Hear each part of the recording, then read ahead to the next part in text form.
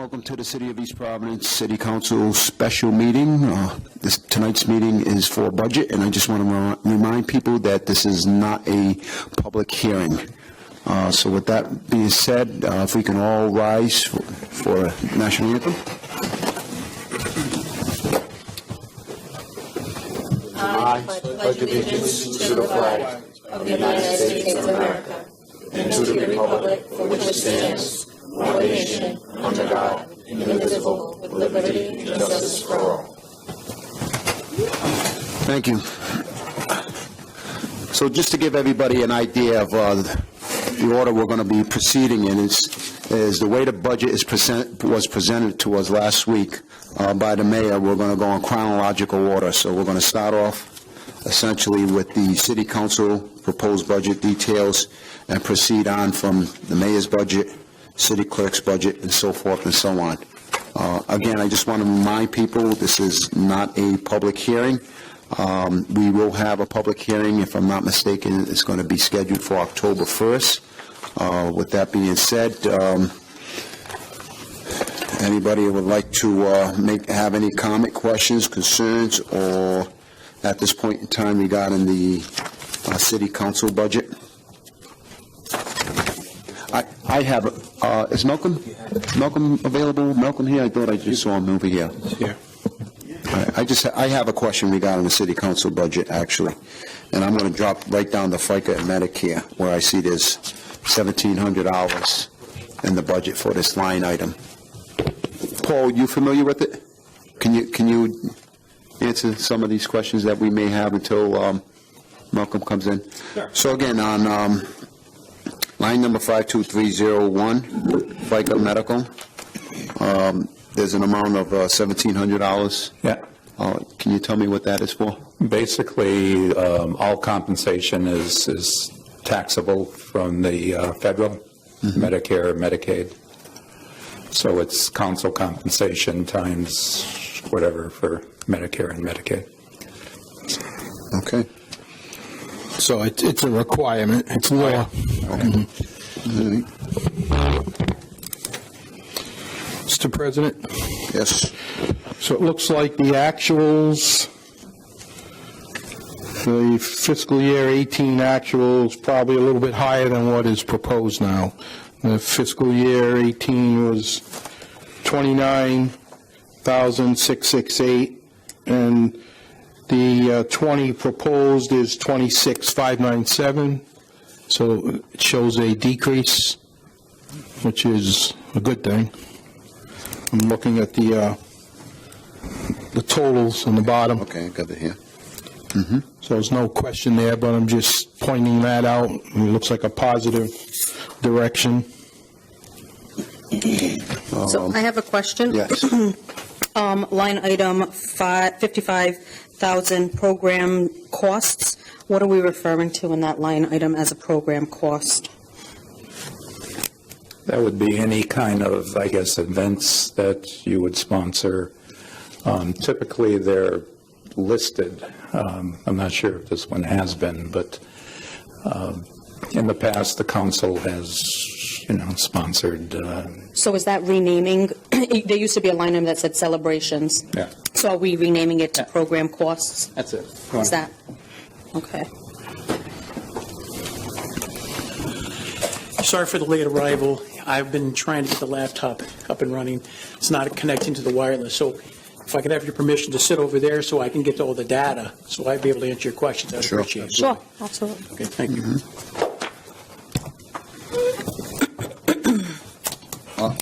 I'd like to ask if I may, Mr. President, what is the difference in definition between, under the council budget, regular salaries and stipend? What is the purpose of the stipend line?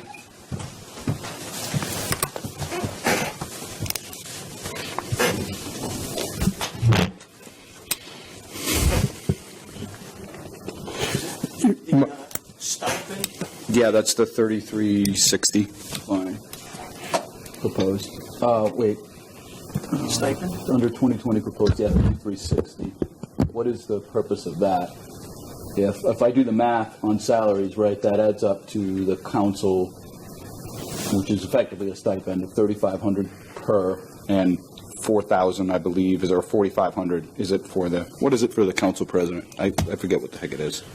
It's 35, I think, for the regular, and 4,000 or 45 for the council president. Okay, I thought it was 45, but all right. So I mean, I do the math. That comes close. I just don't know what's going on with the stipend. Okay, I think what I tried to do, the salaries had all 5 council people in there with the additional for the council president, and Councilman Cahoon did not want his salary, and so that's why that's been reduced. And the stipend was for the phone. I believe everybody gets $70 a month, I think, for the phone, like a phone allowance, instead of getting the city phone. A couple years ago, they instituted it. In lieu of getting a phone, it was, I think it was $70 a month, which was approximately the cost of a cell phone. So is there a reason that we need $70 a month for phones? And I realize I don't get it, but I mean, to me, I get all my calls on my personal phone, which I'm going to pay for anyway, and it's not like the city of East Providence is blowing up my phone and causing me all sorts of data charges. Yeah, I have no problem eliminating a phone stipend. I just have my own phone, and minuscule calls from City Hall or calls from constituents, which I expected to get anyway. I signed on for that. So I have no problem. I also have no problem if others feel they need to keep it because of whatever reasons. But I would concur with you, Councilman Cahoon, that I would waive that.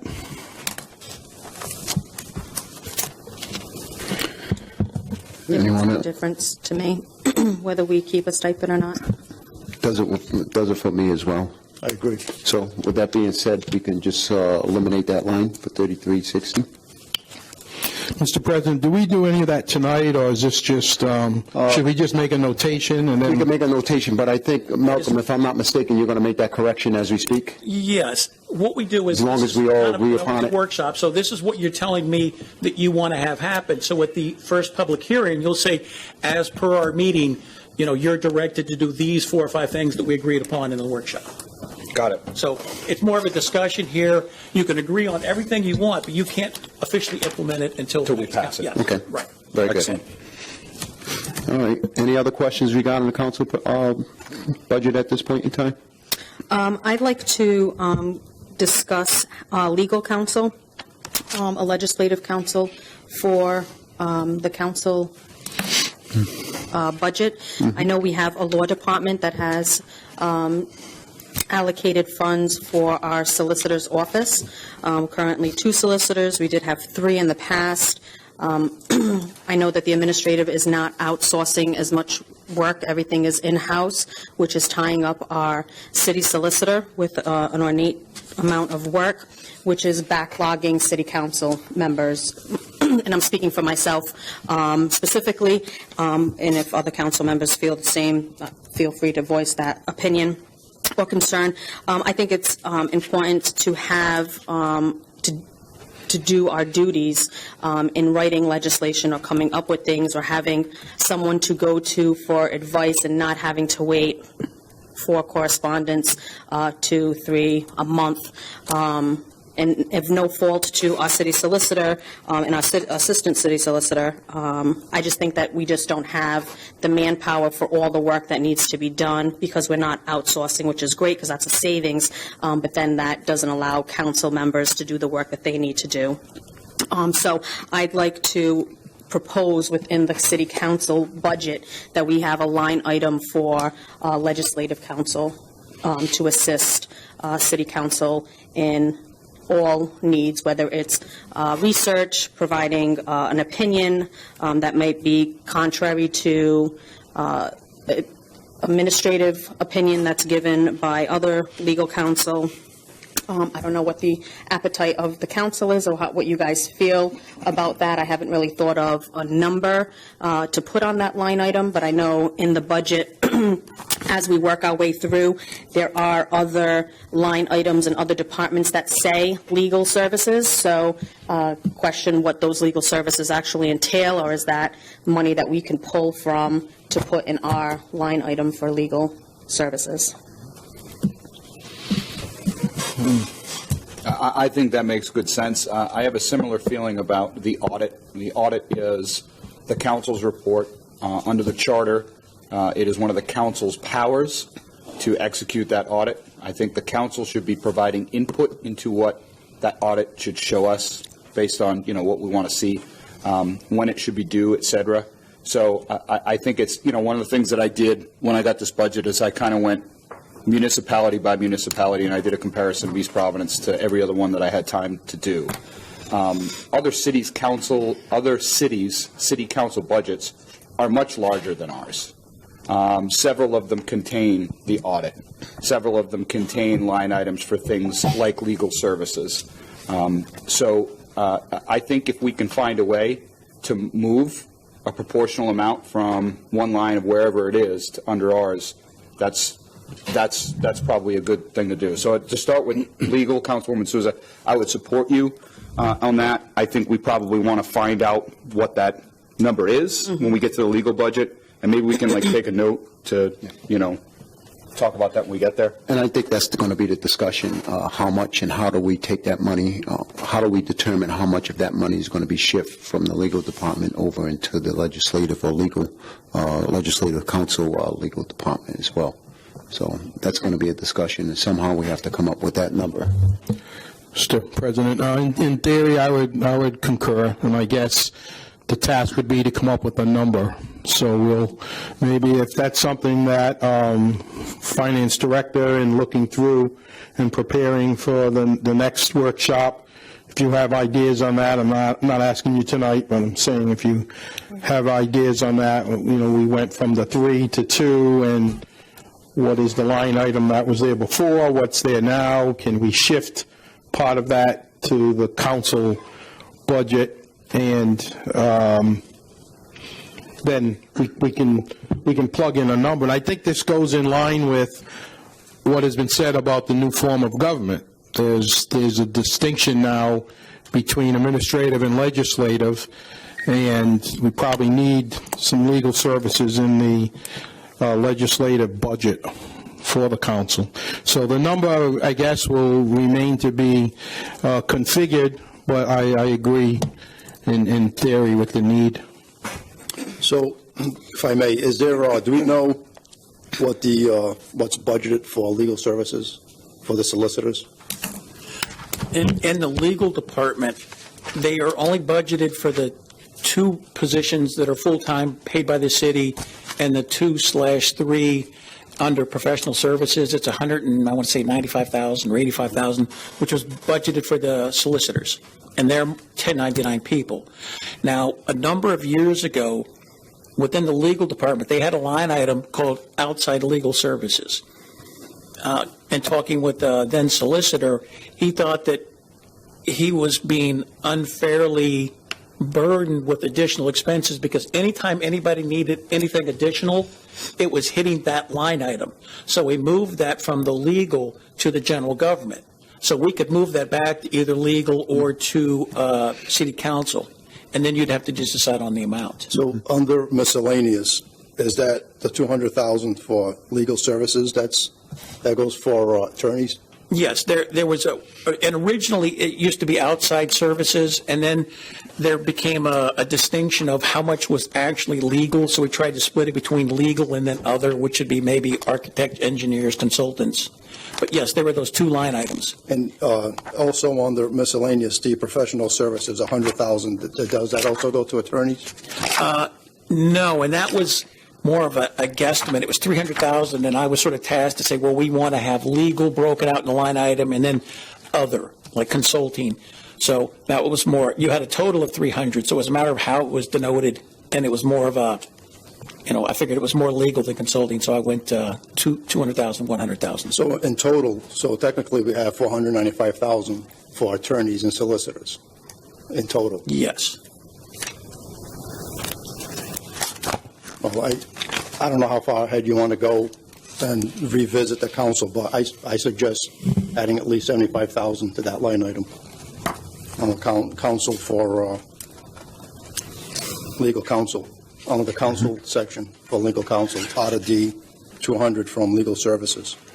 Well, I have nothing to compare it to, actually, and personally, I would prefer if Malcolm could come up with I can some sit down with numbers Mr. for us Luba, to and if we entertain. Maybe go through this, Because it could be higher, it could be lower. I have absolutely no idea.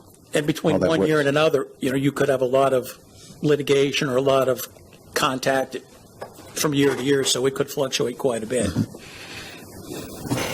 And since this will be the first time we're just allocating X amount to the council, Okay. I'll see if we can come up with. All right. Very good. Any other further questions regarding the council budget? So what we just covered here essentially is we went over the salaries. We're removing the stipend in the amount of $3,360. And we're considering at this point in time having legislation counsel or outside legal services added to the line item. It might be worthwhile to discuss, the scope of how much legal services we want. I mean, if we're looking for 15 hours a week dedicated to the council, 10 hours a week, I mean, then we can multiply it by a going rate and come up with a number. I don't know exactly what the right number is.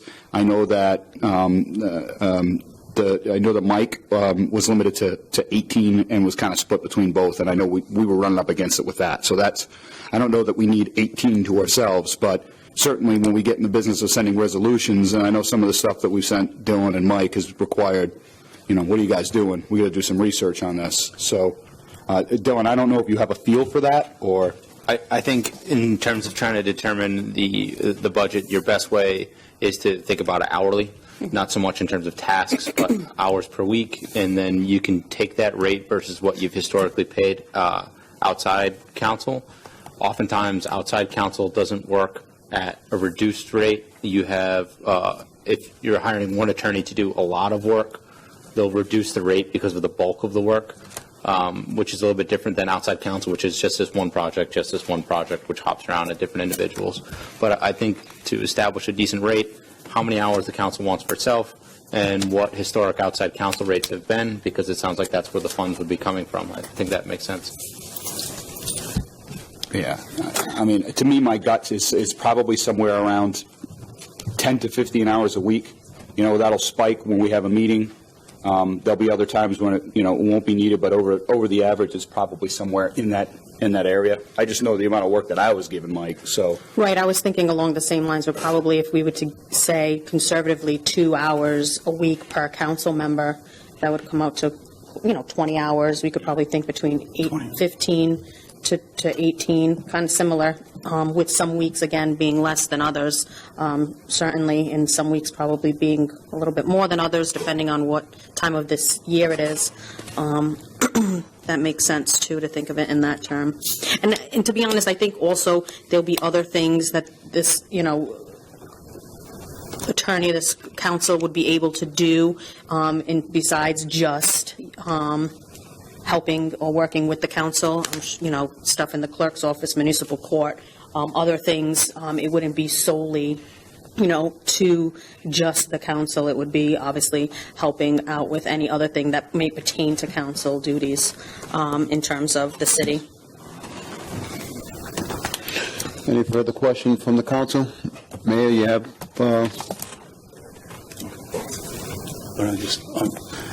I think having your own legal counsel is a good idea when it comes to giving you opinions and writing legislation that you may need. That all makes sense. My concern is who by charter would be representing the best interests or the interests of the city. Okay, so by charter we have a solicitor and an assistant solicitor whose job is to make decisions to protect the city from risk, from being sued, from decisions that could run up humongous legal bills. So my question and my caution that I throw out there is that if you come up with this proposal, is you can't replace the city solicitor with this council.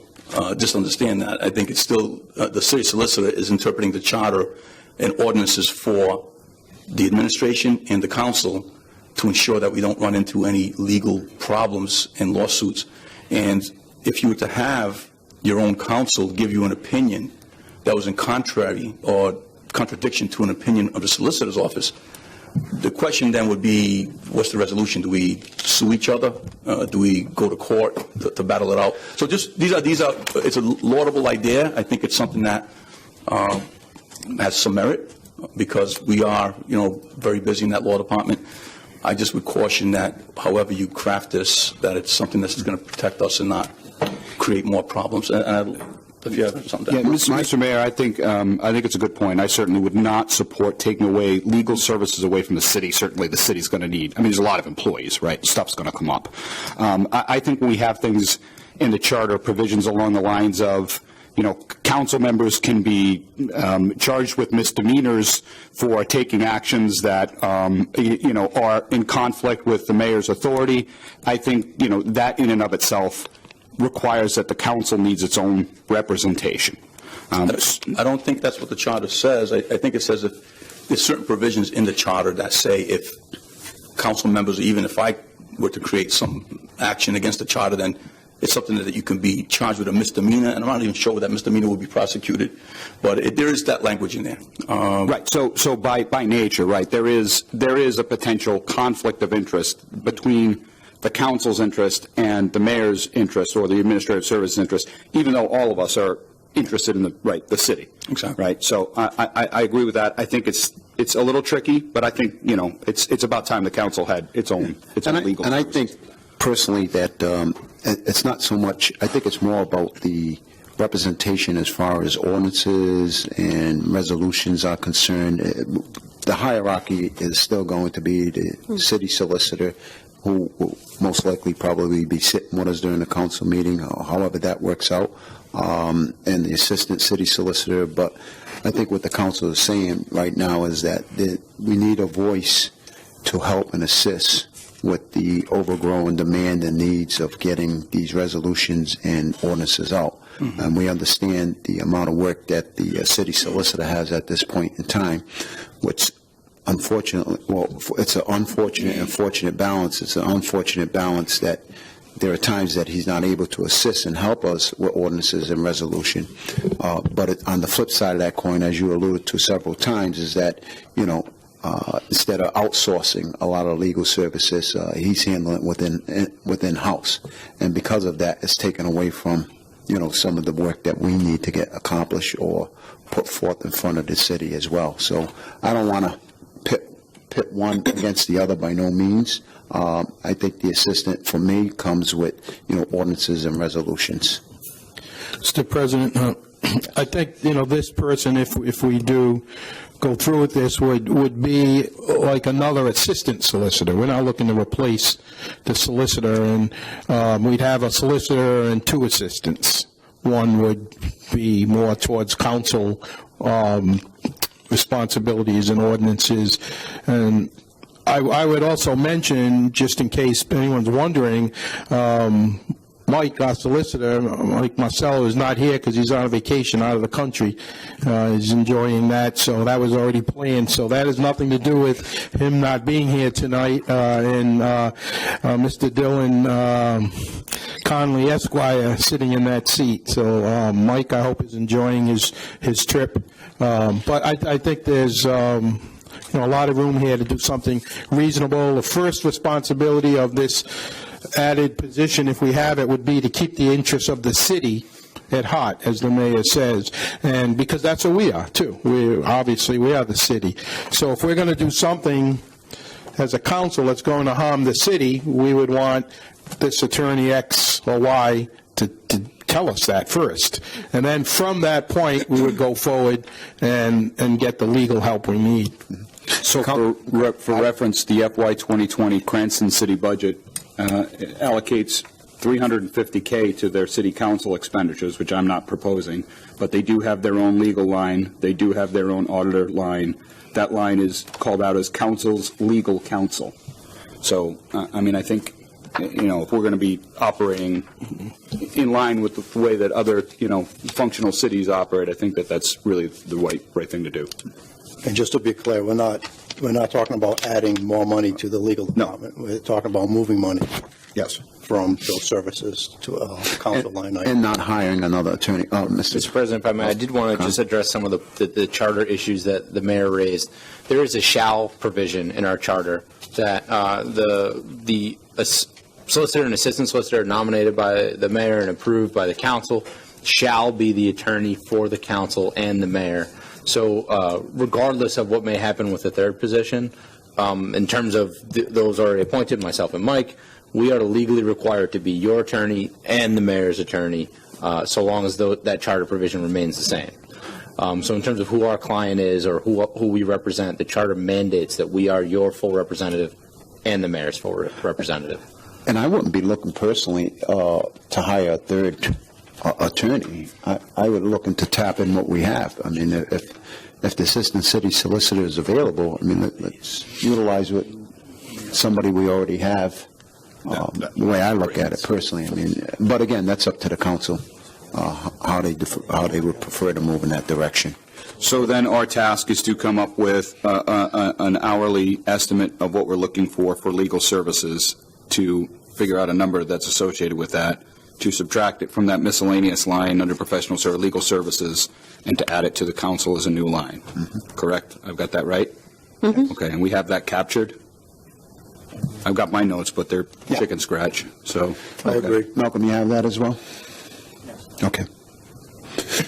So my last comment is that the dilemma will be, if we're being told now and we're telling ourselves that there's too much work for the two attorneys to handle, yet we're still going to keep two attorneys and add some counsel duties. So that's the task, to somehow make the pegs fit in the holes, even though we're not increasing and we're not adding a third attorney as the city used to have. Well, I'm speaking on behalf of myself, how I feel. I don't know the assistant city solicitor's schedule. I'm sure he could step in at any point in time and assist without having to hire a third person. I mean, if the council feels that that's necessary, then fine. But, I mean, if we have someone already on board and they have the time, I would say, Agree. You know, we could tap into it. I don't need the amount of hours personally, but. So I can address that on two fronts. Our firm handles multiple municipalities. Even the work that I perform in East Providence, I do make use of attorneys that work underneath me. So depending on how the engagement's set up, we would have the ability for other attorneys to work underneath the solicitor. So, for example, in Johnston and Westerly, there's a team of 7 of us in the firm. At any given point in time, you know, work may flow through my father or may flow through me, depending on who's covering different meetings. We can break work out to the associates at the firm and bring it right back. So sometimes there's 80 hours worth of work that needs to be done in a week, but you're never going to get 80 hours out of one individual, at least not 80 quality hours. So when you're able to do that, there's a bit more flexibility to deal with the boom bust that kind of happens with legal work. I think you're comfortable, attorney, with what we're talking about and what we're trying to get to. How do you feel about it? Do you feel you as the one part-time attorney will be able to understand and take on what we think we're looking for? Sure. Does this make sense to you without going to a third attorney?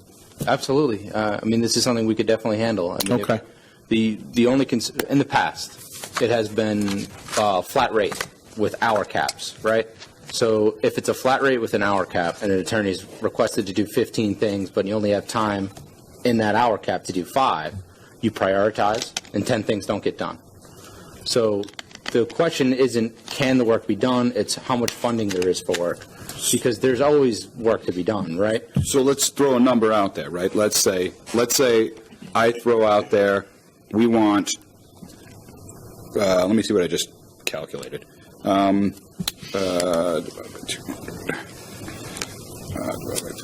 right, so if we were looking for 10 hours a week over 52 weeks, that's 520 hours, right? And I just take, off the top of my head, a legal fee of $200 per hour. I'm just wagging. Much higher than what I negotiated. And, Not lying. and that comes up to about $100,000. It's $104,000. So I recommend we take that amount from the miscellaneous legal services line, we move it under the council's line, under something we call council's legal counsel. Can I just interrupt here? So our team, and especially Solicitor Marcello, has been working to prevent us having to go to outside legal counsel. His whole purpose and goal is to try to take care of as much in-house as he can without having to hire external attorneys. But that doesn't mean that in the future we couldn't be faced with some major item that comes up, and we're going to have the money to fund that. So I think it's important as an insurance policy to keep that money there. Solicitor Marcello, and there's a lot of things sometimes that people are just not aware of. Solicitor Marcello was involved in a negotiation with an employee who was retiring, and was able to save the city over the term of this person's retirement approximately $400,000 because of his diligence and his ability to handle personnel and employment matters in-house. We didn't have to pay anybody else, but the net savings to the city was over $400,000. So there's things that happen on a regular basis. He's handling all of our employee-related matters in court, hearings, all of that matters. So as in the past, we used to go out to outside counsel. We used to hire other firms to handle that. So I certainly agree. I would love to give Solicitor Connolly more hours and dedicate those hours strictly to the council. I think that'd be a great idea. And I do feel the frustration that you feel because we have Mark in the office who tries to, what he first does is he crafts the ordinance, taking information that you provide with existing ordinances in other communities. We'll craft an ordinance and then he will give it to the legal department to review. And then that takes its time, So, well, everything that I can tell you from what I've witnessed is always done with the eye of how to preserve and protect the city from unnecessary litigation. So with that said, Councilman Cahoon, that's why the $75,000 I was being very conservative at a lower rate. So I can live with that.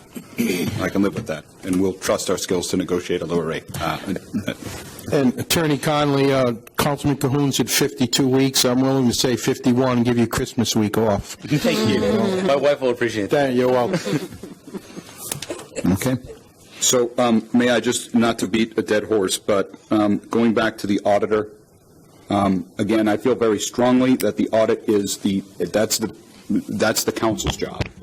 I know that there's currently, the schedule that we were briefed several weeks ago indicated that the current fiscal year audit for FY19 would be delivered by the 31st of August. We're well past that date.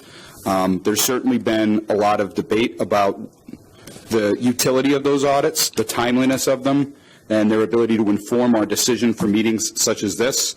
The charter establishes that the audit is to be completed no later than 180 days after the end of the fiscal year. We've never hit that as far as I can remember. The FY17 audit was delivered in February of 19.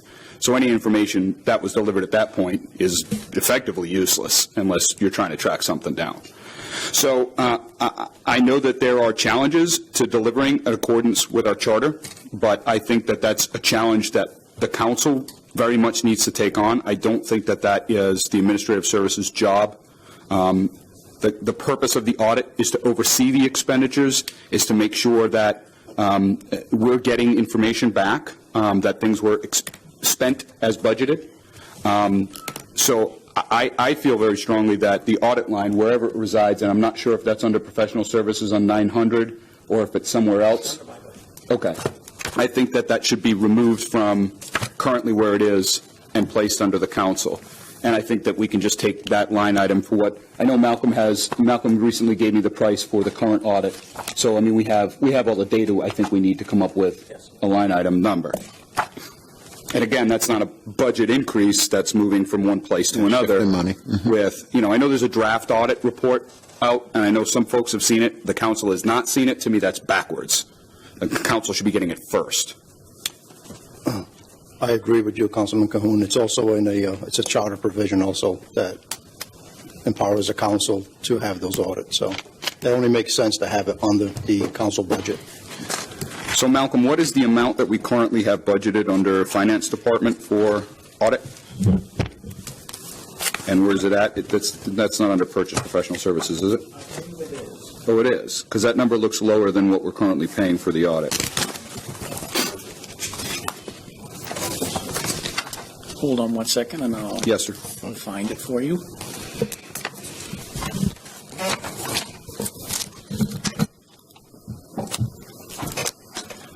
I think originally the total budget was about $50,000 or something like that. So then when the school split away, we've been sort of billing them for their half. I see.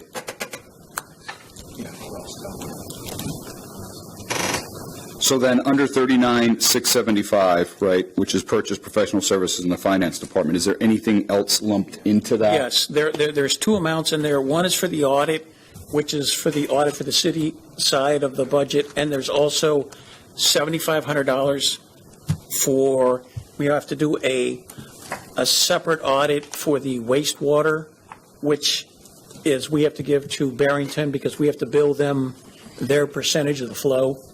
So that's to verify that we're billing them correctly. Excuse me, what line item is that? Under, hang on. Finance, it's 11000-260-53,000, purchase professional services. So couldn't the wastewater audit be combined with the regular audit? Why would it have to be, is it two separate companies that are doing the auditing, and that's why it's separate? Yes, what happened is we had the previous auditors for 5 years, and that was sort of an addition onto theirs. It's a pretty simple audit. If you hold on 1 second, I can give you the two amounts. It was $32,175 for the audit and $7,500 for the wastewater audit. Now, the audit is governed by the Auditor General. They're very specific about what goes in the audit, who it goes to. So this would be in addition to that. I'd have to even talk to them if we could even include that in the original audit, or if that's something that would have to be outside of the scope.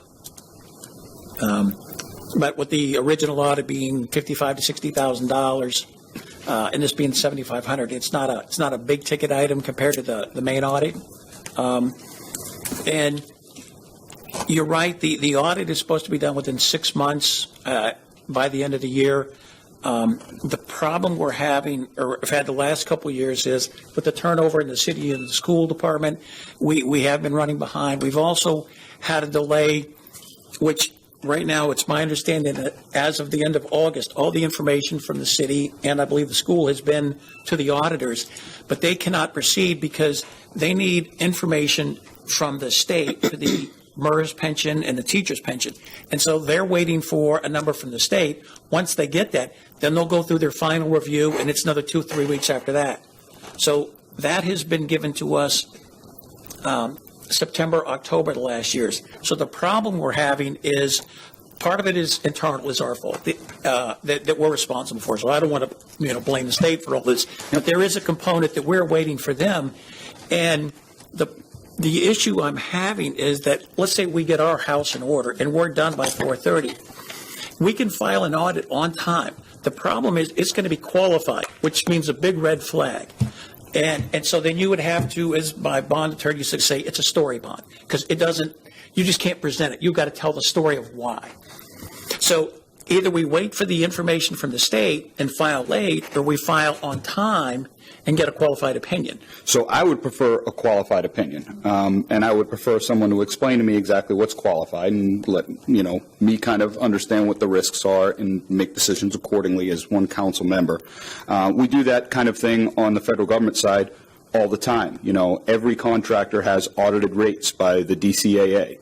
And DCAA takes forever to complete rates. It's just they have a lot of work to do. So what they do is they have forward rate pricing agreements, and they say, this is our rate. Pending the audit, you might have to change the contract if the rate shows up. It's the same thing to me. There's a lot of information in that audit that would be useful when we're making budget decisions, whereas if we wait till whenever those numbers get finalized, then the information becomes not timely. So I think I'm still making the push to take whatever that audit number is And I think, given the discussion over the wastewater and, the city audit as being two separate elements, I think maybe it's smart to just let them be for now. And maybe we take the portion of the by charter audit, if you will, create a new line under the council, put that number in there, and that's it. And what was that number again? You can see it. I'm sorry. Oh, yeah. Just put it up on the screen, 32,175. And that doesn't fluctuate from year to year? That's a It does. a It flat goes up. fee? It's a flat fee unless there's additional expenses, and it goes up each year. This is the second of 3 years. And what we can do is, hopefully, whenever we get the information from the state, it'll be 2 or 3 weeks after that.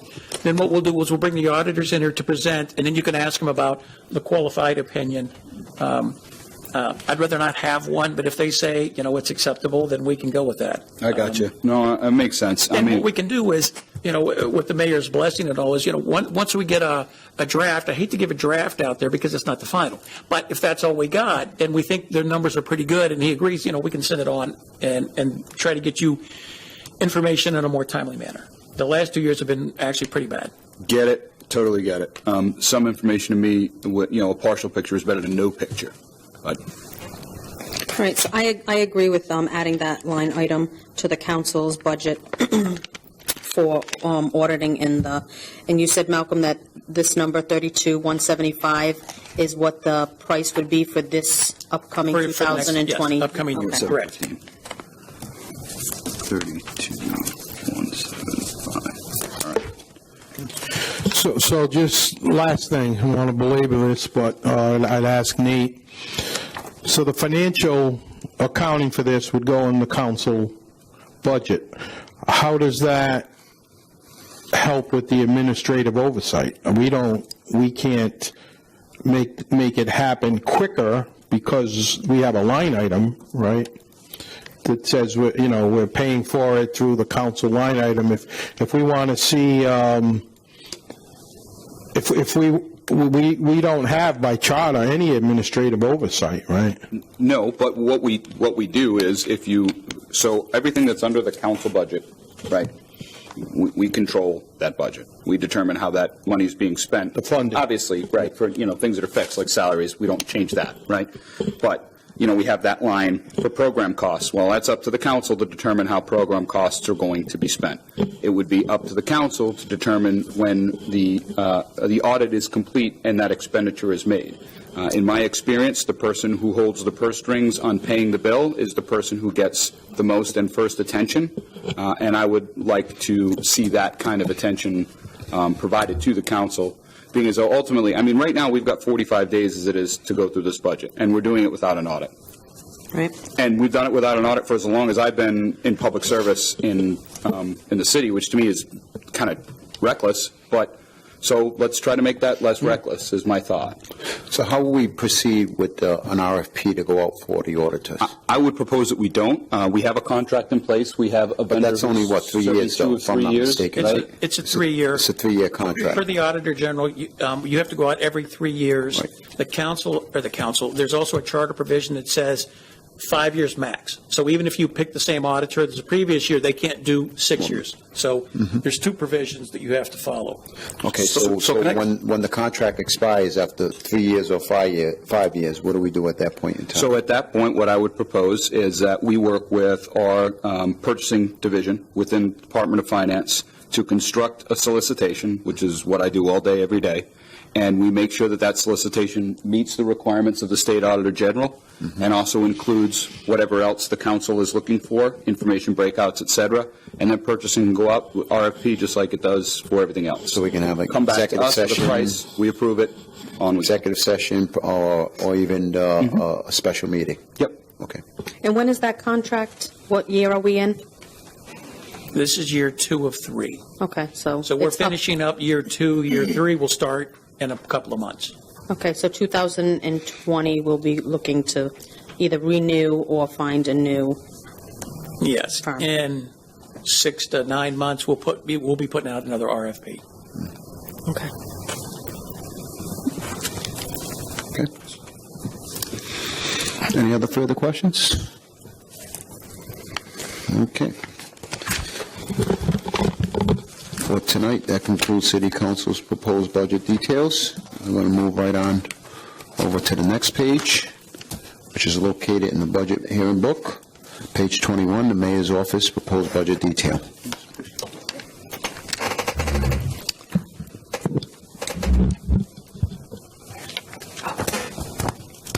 So I'm going to start with one question, if I may. We have a proposed travel budget item under the mayor's office for $5,000. We currently have an approved line of $4167 and year-end expenditures of $996. I would ask at each line, I'm doing the trade-off of, given what the superintendent informed us would have to be cut from the capital funding line. Well, is this more important than a boiler at Kent Heights? Is this more important than a roof at wherever? I'm not hearing anything that makes me think that that's a compelling argument for something we need to spend money on versus school infrastructure. So that's where I stand. My gut would say we don't need travel lines. But to answer that, for instance, the $950,000 asked by the school department is not taking into consideration the money that we already have put aside for them for capital. That's an additional ask. That's something we can discuss at a later time. That's more money it's going to put towards the maintenance of effort for next year. That's another $1 million we've got to come up with. So that's different. But the travel budget, it's well within your purview to cut it, but it gives the mayor's office the opportunity, if we need to go to a conference, if we need to go to a place where we may bring in a new business, we have to be a professional office. If you have the ability to travel, to solicit new business into our community, to solicit maybe it could be a conference where they're having a mayor's conference, and you bring back new ideas that make our city run even more efficiently and more productive. I mean, I think it'd be against progressive thinking to eliminate it, but that's entirely up to you. And Councilman, I respect that, but I can understand where the mayor's coming from as far as traveling. To the extent of $5,000, maybe not, but like you said, there are conferences. It's good to go to some of these conferences. They have them all over the country. It could be a local conference, but the $5,000, I hear where you're coming from. But I think my main concern is primarily with regular salaries, where I see there's an uptick of in excess of $106,000. Actually, I just disseminated a form. I don't know if you received it. Disseminated that form. And in addition to that, a part-time. Well, let me discuss that. So what we did is we looked at what used to be in the city manager's office and projected out what it could be today and what it was back then, including in that item the online content developer that at one time we had funded here. As a progressive modern city, it's very important to have an online content and social media person who's handling the various different platforms that we utilize to get the word out to the community. So back in the day, in 2018, we had an online content developer that was out of the, in 2017, online content developer that was out of the IT department. And what we did is we projected forward. For some reason, they eliminated that position, and if we recall correctly, there were a lot of problems. Getting the message out was very inconsistent. Getting the city's information out in a timely fashion was not really working. So if you were to take that online content developer and include them in the total cost of running a government, and if you took that salary right up to the fiscal year 2020, the city manager's office with 4 employees would have been at $433,466. That's accounting for the online content developer, a receptionist, a constituent affairs, and the city manager's salary. And these are all real numbers of actual employees, including in that a 2% raise that's contractually required. That salary, if it had been under the city manager's office, would have been $433,466. The mayor's salary with 5 employees comes out to $432,920. Now, we did include a part-time salary line because as we continue in this venture it's important for us to plan for the future. One of the things I'd like to do is expand an intern program within our office that will be able to assist other departments and assist us in delivering the best services possible. So we included a part-time line in there, which I feel would be very beneficial to the governance of the city. And to give you a little history of when we put the budget together last year, we were trying to figure out exactly how we should staff the mayor's office, since it was the first-time mayor. In the budget, we had 5 positions. We had mayor, constituent affairs, receptionist, chief of staff, and public relations. So there was 5 people budgeted. Now, in this budget, at the council did take, I think, the public relations position out of that, which was $60,000. And they said, well, we'll wait and see if the manager actually, or the mayor needed it, and we could talk about it now in the budget process. But also, when you had those other 4 salaries, it was only in the budget for 10 months out of 12. So it is, it's artificially low. So you'd have to increase it 20% to say, well, he's only there 10 months this year. For next year, you'll be there 12. So in 2017, just so we can clarify this, we had a city manager. Yep. Yes. We had a constituent affairs secretary. Yes. And then it was a two-person operation in that office. So the online content developer, she was not in the manager's office. So I don't even understand why it's under this budget, saying that was part of the manager's budget, because it wasn't a line item that was in the manager's budget. It was in the IT's budget. And I don't understand what this half a receptionist was, because there was not a half a receptionist in that office. There were 2 people in that office for the manager. 2 people. He had a secretary who was the receptionist that took care of all the affairs for the manager, and she was the constituent affairs person, contact. So that's... So the city at the time employed an online content manager who used to take care of all the social media platforms and the website. Right, that was fairly new.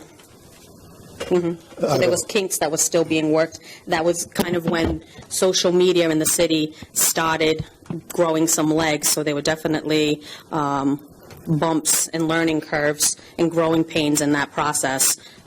Not saying that we don't need it. I think it's, in this day and age, it's a great tool. That's where our constituents in other communities can see what's going on in the city. But it was a very new and green position in the city. But Mayor, wouldn't that come out of the IT department? It did. At the time, it came out of the IT department, and when it was eliminated, it left the IT department at the number of employees that are currently there. So the reason why I included it in here is because the online content developer is synonymous to our Director of Project Management and Communications. But our Director of Project Management and Communications actually does far more than just online content development. She handles all project management, which is a very time-consuming effort. She was involved in the OpenGov rollout and making sure everything was stayed on task. She's also been involved with our new website and working with the IT department to make sure everything stays on task. She handles all of our various social media platforms, creating content and posting it. She also handles all press releases that come from the city. So it's a very valuable position for the mayor's office. So now, the reason I included the online content developer in the city manager line, regardless of what position or where you put that line, it was necessary for the governance of the city that you have an online content developer and a social media person. If I may, through the chair. Yes. Question for Malcolm. Can you give us a breakdown of how much each of those positions, the salaries for each position? It's in that paper. Did you get this paper? Yes, but could you, so the public knows, I would like to hear it also. I've got the sheet that we got last meeting. How much they currently for the make, proposed correct? amount? Yes. So the proposed amount for FY 2020, mayor's salary stays the same. That can't change. Director of Project Management and Communications, the position the mayor was just referring to, the proposed salary is $60,000 even. The Director of Policy and Government Relations, the proposed salary is $57,000 even. The Chief of Staff, operations, the proposed salary is $80,000 even, and neither the mayor or the chief of staff are proposing increases on those lines. And then we also have an executive mayoral aide as a secretary. So basically, it's a busy office. It's a different type of government. But that's And- new, right, Mayor, that the executive mayoral aide, that's new to your 2020 budget? That's correct. We've been, luckily we had in that budget part-time pay, so we've been able to hire her on a part-time basis to fill in as a secretary, because as we moved union employees who had been in the office to other union jobs within city government, we needed to fill those positions. Now, I can attest that the office is very busy. There's a lot of phone calls that come into the office. I myself am out of the office quite a bit because I need to go out and meet with businesses, meet with people in the community. I'm having meetings almost on a regular basis with people who want to come in here and expand business and grow their business and move to East Providence. That's part of my job now. That's what I have to do. It gets to a point where my emails, I don't have an opportunity to actually sit down and read all the emails that come into my office. I actually have to rely on the executive mayoral aide to go through my emails and flag the important things that I need to look at. So it is very time consuming. And right now, with the way the office is set up, we're able to deliver a quality service to the community. So the way I look at it, the bottom line is it's an increase of almost $120,000 for that department. When I take fiscal year 19 and the proposed budget for 20, I take the $394,000 that was approved for 19 and a request for $511,000. Can I interrupt you, sir? Sure. Just to clarify, because the handout that the mayor just provided us with actually brings the salaries from 324,609, which was what was the proposed budget for the council, to 349,609. So there's an increase, and I think that may be that new part-time, that additional. So executive mayoral aide plus an additional part-time person for. So right now, the proposed budget is $432,920. The budget you're looking at for the mayor's office was a partial budget. Malcolm, are you able to work out the numbers? Is that this one here? Because I got two in front of me, so which one are we referencing? I initially went off what was presented to us at the last council meeting. This I just received, so I didn't have the time to go through all these numbers. When the budget was put together last year, I'm looking at the original budget was for the mayor's office was $566,000. And then they said, well, you've got to prorate that because they're only going to be in office for 10 months. So when you divide by 12 times 10, you come up with $472,000, which was the original ask. That was reduced to $394,000. But again, that's for 10 months. So if you take 394, divide by 10 months times 12 to annualize, it would be 472. So which is actually more than what we're at. But I don't think that was the train of thought at the time when we were talking about this. I thought it was just what the council was approving for the year, not for I'm looking at as a whole. Because you had the manager's office. I'm looking at the spreadsheet, and I can show you where we took on the back. The salaries were. So was anything included from the managers, the city manager, into that as well? No, that was a different. So you're just taking right from the 10 months. The salaries were. Well, the receptionist salary had to stay. It was really the mayor salary versus the manager's salary. There was a difference in salary and benefits. Right. And it was, so all 5 positions were $322,000. But they said, well, it's only going to be, so if you take 322 divided by 12 months times 10, you get 268, which was the amount that was proposed originally. And they said, well, you need to reduce that by that one position, which was 60. But again, it was only 10/12 of that 60. So if you did nothing else, and you just said, nothing's changing, we're just going to go to 12 months, it would be 472. So when you look at the 394, it's 20% low, because, well, not quite 20, but 10, 12s. If I can interrupt? Yes. I want to start off this meeting first by giving a little speech as to my position on this budget. And, you know, as councilman, this is one of the most important decisions that we're going to be making in the next couple of weeks or so, is voting and making sure that we are fiscally responsible in putting forward a budget that's affordable for the taxpayers. And as we know, right now we have a new school that's being built, which is going to be in addition to, taxpayers out of their pockets. We're also going to have a discussion at some point, I hope, about the possible tax and sewer rate increases and so on, and just the average contractual obligations that we also have to put out for raises. When I look at, and this is going to be, and I want to say this because we're only at the second department into this budget, and when I look at this particular department, I see an overinflation of unnecessary, budget items. And we're a city of only 50,000 residents. We're not New York City. We're not Providence. I see this budget being way over budgeted for this particular department. So if we want to start talking about what is fair and where we should cut, I'm all open. I'm open for that. Thank you, Councilman. I disagree respectfully. Look, I've been living this for the last 8 months. I can tell you that I come in here generally around 8 o'clock, sometimes earlier, and I'm here till late at night. I've got staff that stay beyond the 8 hours a day to work here, and they don't put in for overtime.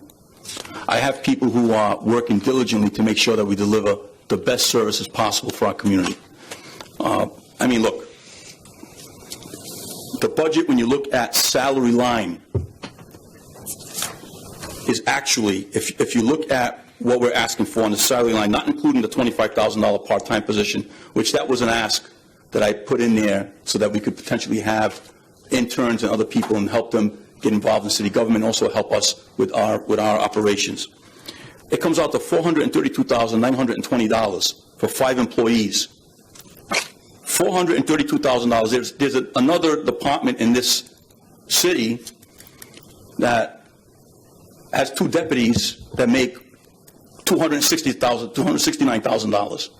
So there's another entity that we're funding that is well staffed in their administrative offices to handle the very important business that they have to handle. Same thing goes for us. We have a very important business that we have to handle. Now, it's well within the purview of the council to do what you have to do. However, I feel that the ask that we have here is not, when you're thinking about 5 employees at $432,920, that's not asking too much. I'll be the first to propose that for this department that we approve and obviously this is my opinion, that we approve a $394,156 budget for this department. But that's a partial budget from fiscal year 19. That's a 10-month budget that the councilman's proposing. I think there's probably some things that we can line item out to, and I don't mean to run over your proposal, Mr. Morato. I just want to start the conversation. Yeah, I think that's a good place to start, right? And certainly we want to look at what was proposed last year, and I certainly want to take the mayor's point into consideration. Right, we're looking at 10 months proposed versus 12 months, right? Which is what we'd be looking at if we had the election earlier. To me, the part-time pay line, I think that was implemented by the prior council simply to deal with that churn that Malcolm referenced, right? We didn't know exactly what it was going to be like to switch over from city manager kind of government to a mayoral kind of government. I think that part-time pay line was put in there simply to balance that out. When I look at the travel line and the mayor's discussion with regard to travel and training and things that are required, travel is something that is showing up across the board in every department. law, 1,500, finance, 1,500, tax assessment, 500, HR, 1,500, IT, 17,000. I don't know what that's for. Planning, 4,750, carousel, 2,000. I don't know where the carousel's going, but so when I look at stuff like that, I mean, I think that those are things that we can very easily line item out. I think discussions over salary are a little bit more difficult. To me, I think it's reasonable to say that, you know, folks who probably haven't been in their position for a year, maybe, I mean, if I've never had a job where I was in a position for a year and got a raise, I think, you know, maybe we look at holding the salaries where they are. We look at line item exclusions for some of these other lines, and we come up to a number that's somewhere in the middle. That's just my... My question would be, and I have nothing to compare it to, was this year's salary for the staff. I have a salary here, but I don't have anything to compare it to. I got last year's, the current year's. I asked for that, and Patricia sent me that. So if you want to look at item by item, I certainly can provide you that. So there's a 2% raise across the board. Yeah, okay, and I say that because I don't recall having, like, for an example, a chief of staff, that the council had put aside $80,000 for that salary. Now, Right. it's at the purview of the mayor to decide where that money is divided, but I thought there was two positions. It was the chief of staff and the director of policy that we went with, if I'm not mistaken. Mm-hmm. And those positions, we said, okay, it's going to be $60,000 for each. And to your question, Mr. President, from the prior year, Director of Project Management and Communications salary was $56,000, proposed is $60,000. The prior year for the Director of Policy and Government Relations, I believe, is $39,999, and the proposed is $57,000. I've never been in a job where I've got a one-year raise of 50%. Well, because, here's the thing. When the budget was first set for this new experiment in government, for the mayor form of government, it was set by people who were working underneath a city manager form of government, where the city manager was getting paid $216,149 when you combine everything included with their, pension and their dental and their health care, everything combined would take it to about $216,000 for one person. One person. So the council at the time budgeted $40,000 for, I forget what the exact position was, but we ended up allocating that money to our Mark Furtado, who is our Director of Policy.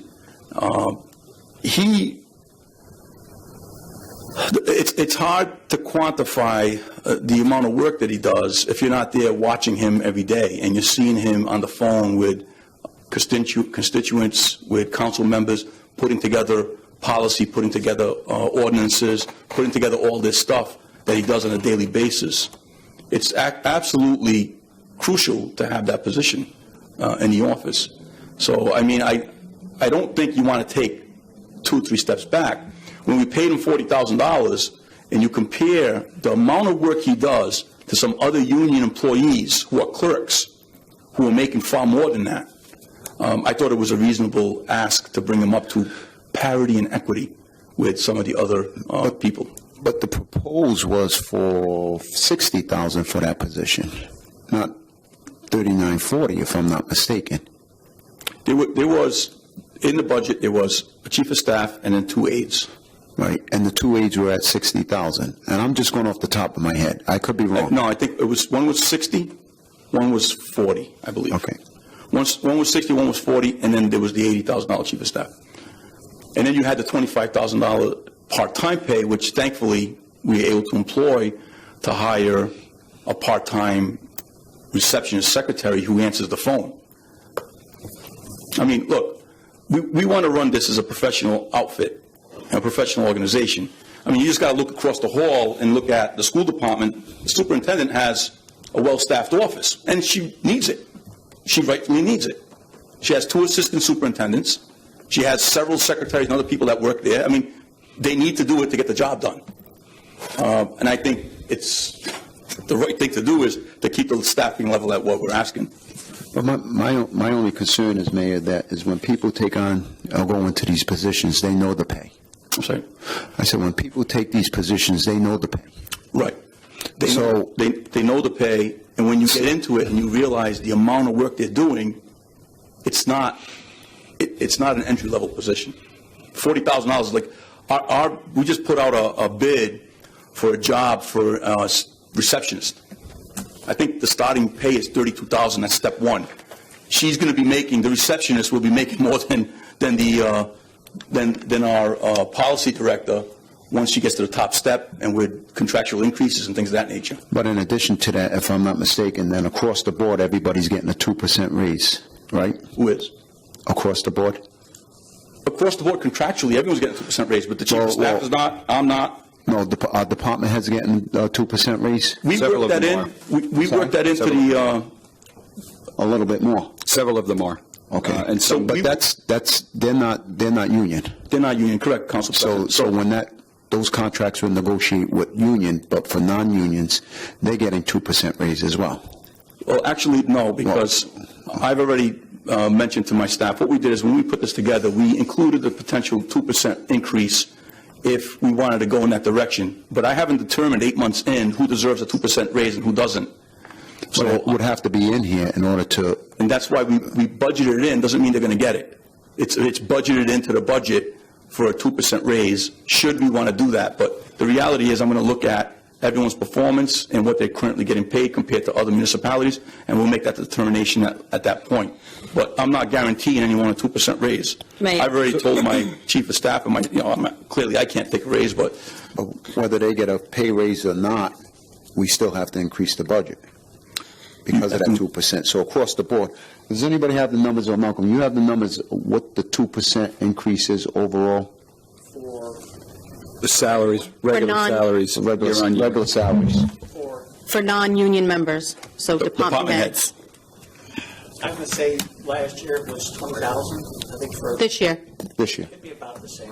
Well, it'd be a little bit higher because it'd be based on their... It's going to be actually low because my HR director is making $80,000 compared to what they were getting paid before. So you got to look at some of the hires that we took in, and they're starting a lot less without longevity. For instance, our director of senior services is making far less than the other person that was there because he had longevity and he was at top pay at the time.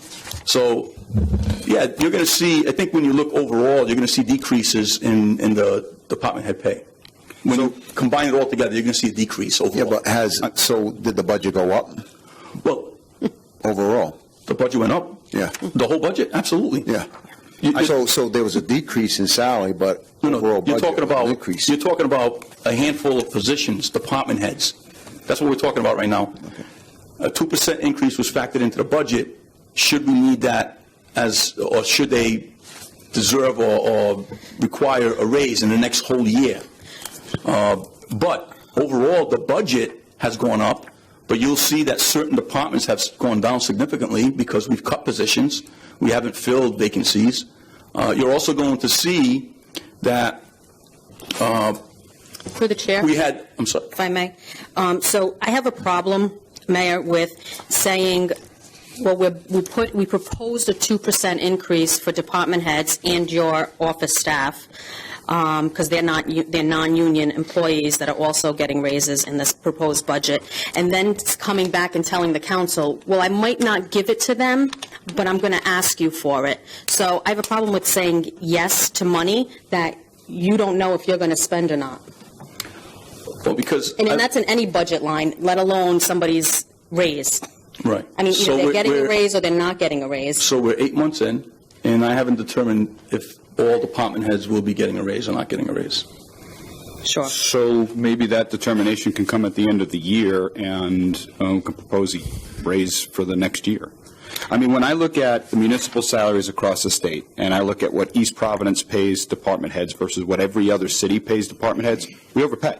And I'm not slighting the work that our people do. I'm really not. But when I see us at 1, 2, 3 in the state in multiple departments, I got to wonder why we're up there, right? And then I got to wonder why on top of it we're proposing additional increases.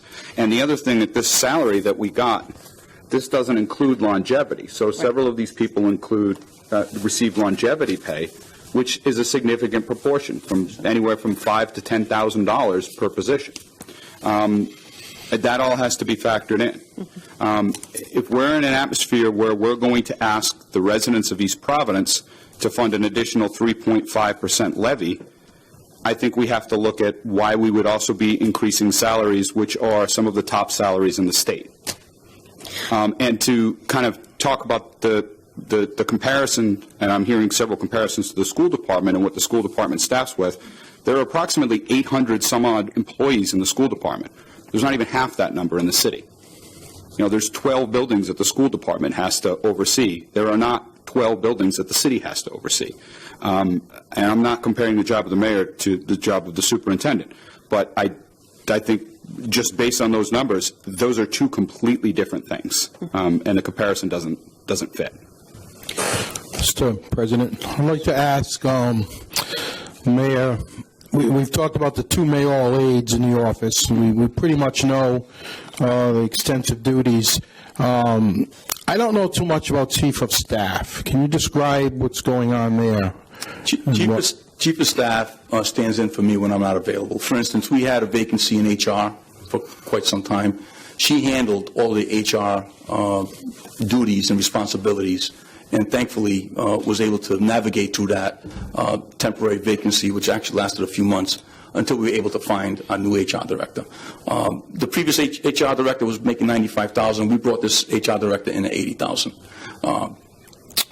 Previous to that, HR department was making much more than $95,000. So, we're trying to cut budgets where we can. We're not at liberty to cut current employees' budget salaries. The chief of staff meets with different people when I'm not available. I'm in and out of the office all day long. She handles a lot of the day-to-day operations. She does research on different projects that we may have, and she puts things together for us. She's a valuable person to have in the office to deal with day-to-day activities that I can't be there, but she's representing the department. For instance, we had a grievance hearing today, where she sat in on a grievance hearing. I can't be there. I had other things going on. I was meeting with the director of healthy aging for the state of Rhode Island, who came in to meet with me and our director of senior services about some of the programs they have. So every day I'm meeting with different people, different state people, different businesses. Yesterday I met with 3 business people who are going to be buying a building in Riverside Square to put a business in there. So every day we're having these type of activities and meetings. And what's the salary? Chief of Staff is 80? 80, yes. Okay. Now, in your absence, couldn't mayoral aides step in, and they're there? Couldn't they help out to meet with people or sit in on meetings? I mean, the chief of staff helped you, and there was a transitional period, no HR director. Now we're pretty well staffed. Looking ahead to, future planning there, could either of your mayoral aides or other department heads help to sit in to meet with someone when you're out of the office or out of the building? Is that practical? I think you need someone who's a chief of staff who can be handling day-to-day issues where the mayor shouldn't be getting involved in it. The chief of staff handles some disciplinary issues. She handles other things that come up on a day-to-day basis where I should be removed from that until it's time for me to intervene or get involved in it. So it's very important to have a chief of staff. I mean, if you look around every municipality, I'm pretty sure that has a mayor, has a chief of staff, somebody that is also involved in doing outreach to other municipalities and other things that happen on a regular basis. Wouldn't that be the HR director that would sit in on personnel matters? I agree you should be removed from some entry-level problems or issues, but wouldn't that be personnel? HR would come in and do that? It could be, and it is, but there are other things that also happen with the chief of staff on a regular basis. So it's important to have somebody that you can sit down with and talk and put together plans for the future of the city and work together, hand in hand. And the chief of staff really is in charge of the day-to-day running. All the department heads report to that person. As the mayor said, he attends an awful lot of meetings outside the building. Well, he's outside, we need somebody to go to, and she's kind of that point person. So she's, in the charter before we had a mayor, they talked about a city manager and an assistant city manager. Well, that's kind of what the chief of staff is now. They run the day-to-day operations, and they report to the mayor, and anything that she feels that he should be informed of, then she would sit down and inform him. But he does not have the time to go to all those outside meetings and be involved in day-to-day meetings. But we never had an assistant city manager. Sure. But Mr. And there Vice was a lot of meetings, and if you look at what's happened over the years, because I feel these city managers were being tasked with way too much to do with little to no staff, and that's why you had the issues and problems that this city saw. That's part of the problems. The litigation that is still going on today that we're still trying to deal with. These are the type of things that used to happen because there was no staff. The guy or girl, whoever it was that was the city manager, was left there to kind of sink or swim. A lot of them sank, and the city was a mess. Now, I would like to say that under our administration for the last 8 months, we've seen a lot of progress in our community, a lot of progress with the direction that the city's going in, and that's been because of the team working together. Well, I would agree. I think we had some poor city managers. That's what led to that, and I think that you are an improvement with PR and dealing with people, and we're in the right direction. But I think the problem was when the city councils were firing 5 city managers in 6 years. There was a problem, with the leaders. So I think as someone said to me today, there's a lot more good going on in the city than not good. So I think we're in the right direction, but I can see a couple of areas where, we've got the wrinkles out, and maybe we can do some refining.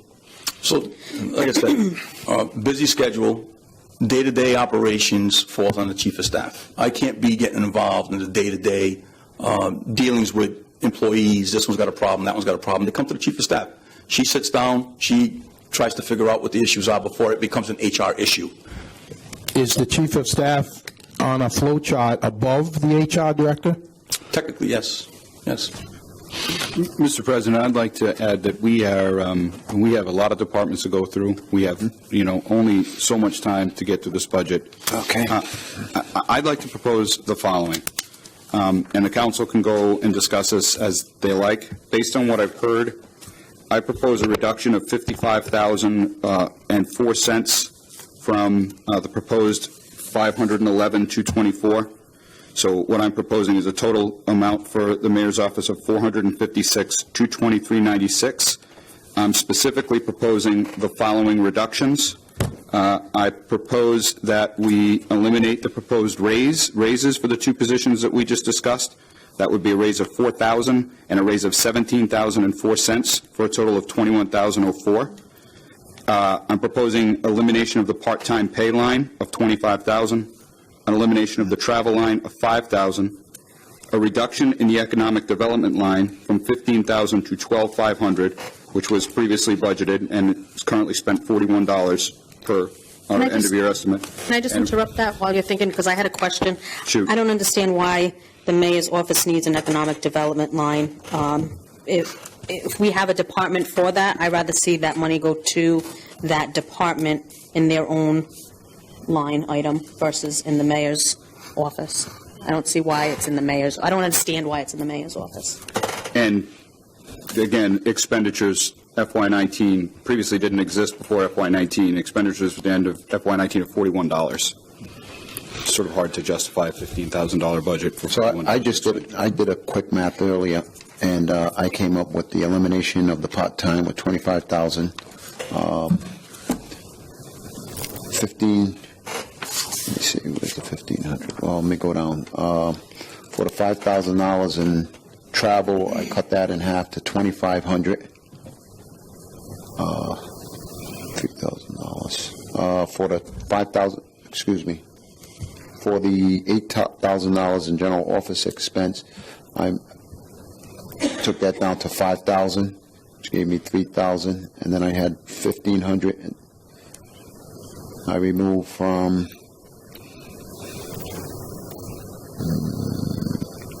postage. Yep. And I came up with, initially I came up with 32,000 with that, and then I wasn't even thinking about the 15,000 for the economic development. So if I included the 15,000 for the economic development, my number was 47,000. Your number was a $47,000 reduction? $47,000. Was that including the 2%, Mr. President? No, that wasn't including the 2%. I just did the Right, math off, just based off the of. line items. You mentioned general office equipment. What's the difference between general office equipment and office equipment? General office expense and office equipment, 56,100 series, accounting series. That's $15,500 for office operation and equipment. What's the difference between the two? And I'm not trying to nickel and dime. I understand there's expenses. I don't know about supplies and computers, copiers. Is that in this? Is that coming in another? Sorry, but the office equipment usually has to do with copier leases. Copier leases? Yes, is the biggest ticket in there. Okay. And I'd have to take a look to see if sometimes we purchase them outright, sometimes we lease them. I think it's better to purchase them. We actually reduced from 10,500 approved in 19 to 7,500 this year under the office equipment. And it's important for a whole year that we have a line should something happen. You know, so Sure. if something breaks down or we need a new printer, a new copy, or something breaks down, it's nice to have a contingency plan. And that's this, when you budget for the worst case scenario. So you need to make sure that you have something in there should something happen. No, I understand. It would have been, and it's not critical, but it would have been clearer to me if it talked about printers, computers. I thought maybe that came from IT or something.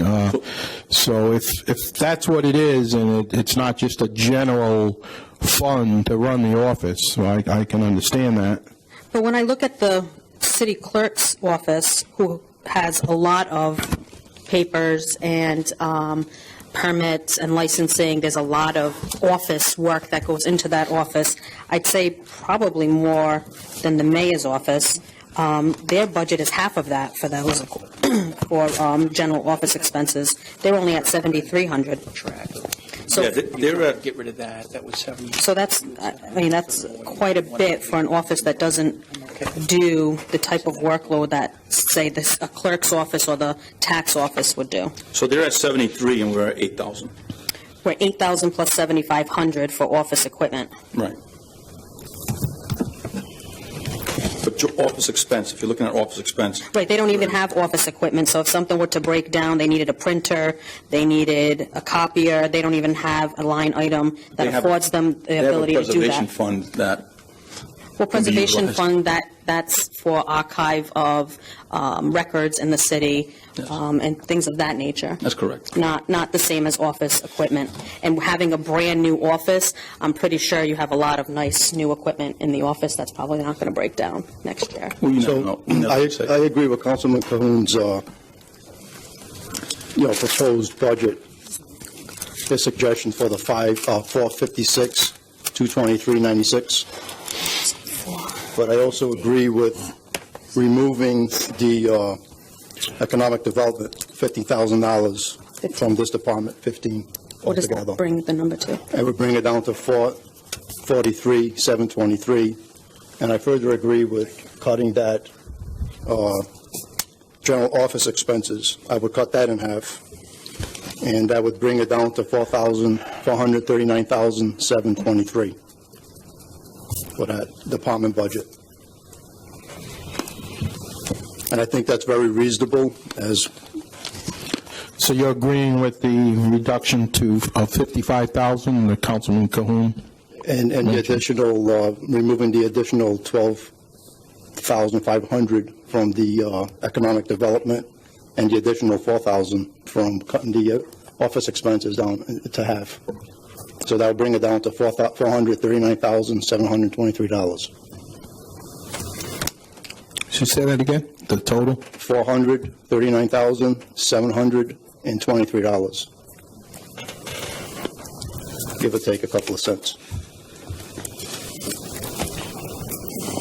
To be accurate, it'd be 96 cents.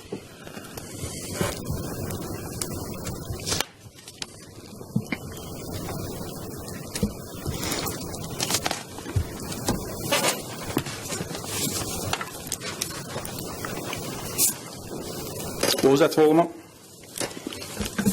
So to reiterate, Councilman Cahoon is back. What I just mentioned, Councilman Cahoon, is that I agree with your reduction of 55,000, bringing it to 456,223, 96 cents.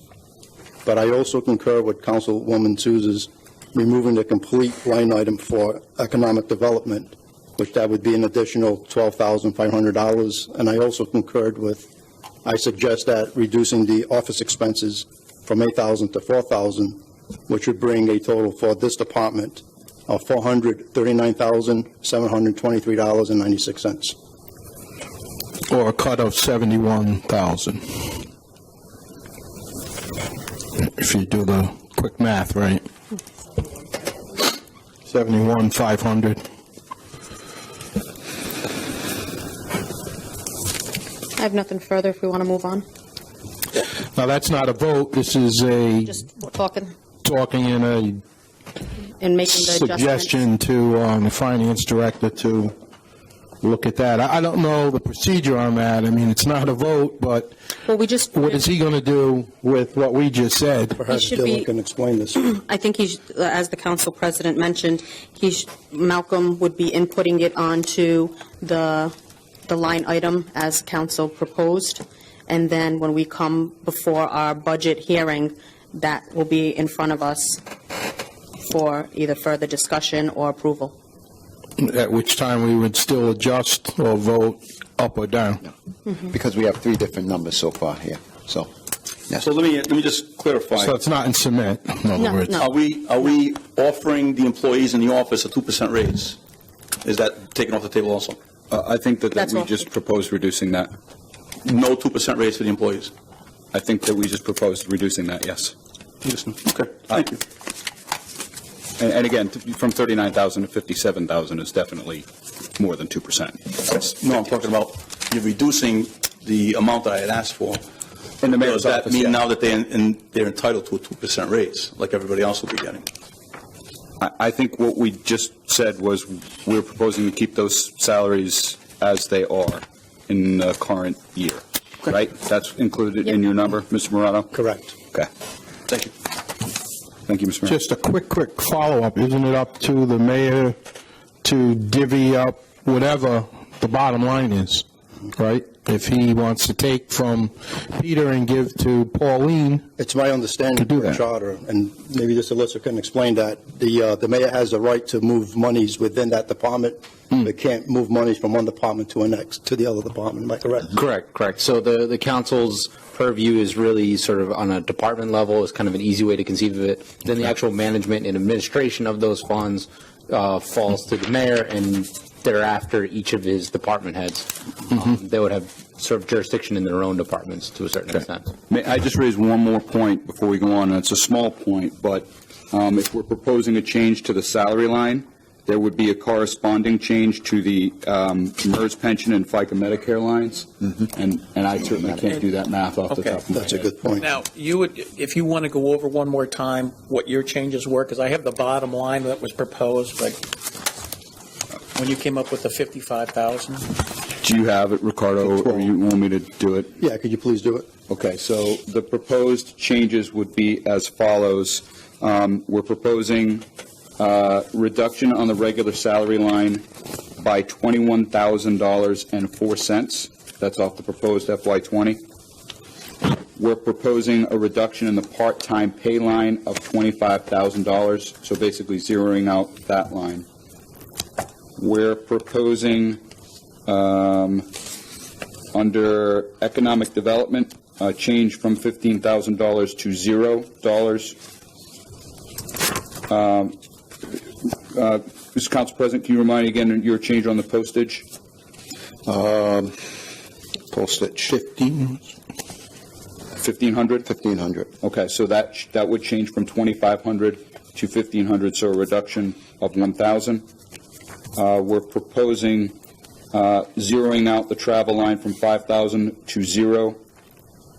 We're proposing reduction in the general office expense from $8,000 to $5,000. I proposed 4,000, cutting that in half. I'm sorry, you proposed going to 4,000? Correct. Okay, so then that changes not to 5,000, it's down to 4,000 from the general office expense. And I think Office that's... equipment, What was the equipment line, 4. Councilwoman Souza? Oh, a change in the office equipment line from $7,500 to $4,000. And that would be all the changes, right? And just a quick question, since we haven't gotten to it. Dues and fees, what are we referring to that costs $6,000 for dues and fees, since they're not union workers? There's no dues that require to be paid. What are those dues and fees in lieu of? I think the big one was for the mayor's national dues, I think, was $1,500, or it was a pretty big number on that one. All right, so I would propose that we conservatively will give him $2K on that. So what we just discussed totals to $77,500, all those reductions. And just one more question. The MERS pension line item. FICA Medicare. Does that increase include that potential increase in an employee? Is that factored in from 18,000 to 25 with the anticipation of hiring another employee? Yes, I believe the FICA is on all salaries. Okay, so with that, Reduced. so that could be reduced also, correct? It's proportional. So any reduction or any additions will increase or decrease FICA, FICA, and pension. So next week it'll be, the new proposed budget detail for this office will have the reflected numbers. Just so we could, The next meeting, you would have to approve those. And then, Right. But they'll be all updated, all the FICA, the longevity, the right. pensions. Salaries, they'll all- correct. 21,004, part-time, 25, economic development, -15, postage down 1,000, travel completely gone, equipment, 75 to 5,000, professional dues, 6 to 2, and then one was from 8 to 4, which was office equipment, or? General office expense line. And I'd say you've got it exactly. Okay. 1, 2, 3, 4, 5, 6, 7, 8 items. all right, with that being said, we'll move right along over to the next page on 23. Mr. President, may I just ask, do we have a curfew set for this? No. Does this go by our regular rules, or I just wanted to... Whenever we're ready to, whenever you feel you're ready to go home. Page 23, city clerk's proposal. So Senior service is 150. is that the next one? Well, the thing is that if you looked at the budget he has, they've got them by category, which may not be the same as numerical. So they would just- Okay, We just found the book. okay. Doesn't matter. Okay. That way we're not bouncing around. No. All Nope, nope. Is that all It's a right? baby who's here, but no. Is that all right? That's fine. Actually, Council President. Yes. We're going numerically by the line numbers in order. So that's what we're under this understanding after the clerk All right, communicated back and forth. okay. So whatever the next number would be IT. 155 senior services. Oh, is it 155? And then you'd go to IT at 170. Okay, senior services. See, Dragging it see, down. this is why. Council President? Yes. I mean, we can still go by the book if that's what we want. If Page- we Yeah. want. Oh, yeah, we can go by, we can go by whatever. Because this is going to be jumping around. That's what I didn't want to do. We called in the people that. Oh, you mean in the told us- audience? Yeah. Okay. We called I in see the what you're people saying. based on what the clerk told us, so we went by that. Okay. The senior services line is on page 61 of our book. Thank you, Mayor. All right.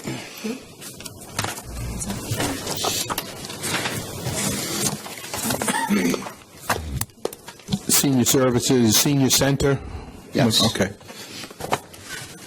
I have only one proposed change. I propose elimination of the travel line from $500 to $0. Other than that, I had no notes. Personally, I had no change on this, for this department.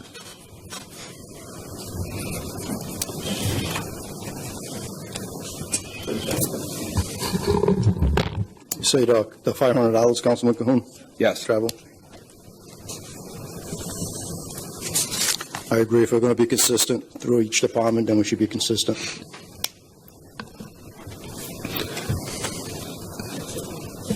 I have no concerns with this department. All right. No, all set. So what it looks like, Mr. Moore, we're eliminating the travel for $500. Everything else remains the same. With that being said, everything's good. We can move right on to the next one, which I don't have that order, so if somebody wants to tell me what the next one is. City Clerk? It was in IT 170, IT? IT, okay. What page is that now? 37.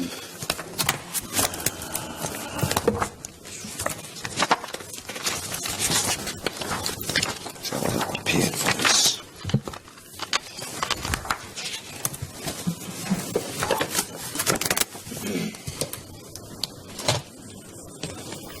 Okay, at the pleasure of the council, I'm going to need a little bit of time on this one here, so you all want to start talking, feel free. I'll start with the easy one. We've got a travel line in here, well, I think it's an easy line, a travel line of $17,100. That's fine. It's not travel, I think that was professional development. Yeah, I've got a breakdown. You want to pass it Yeah. on? There's a professional development. That was placed in the wrong line, and we corrected it. Is that, Kelly, that's a corrected one? Oh, so, okay. Thank you.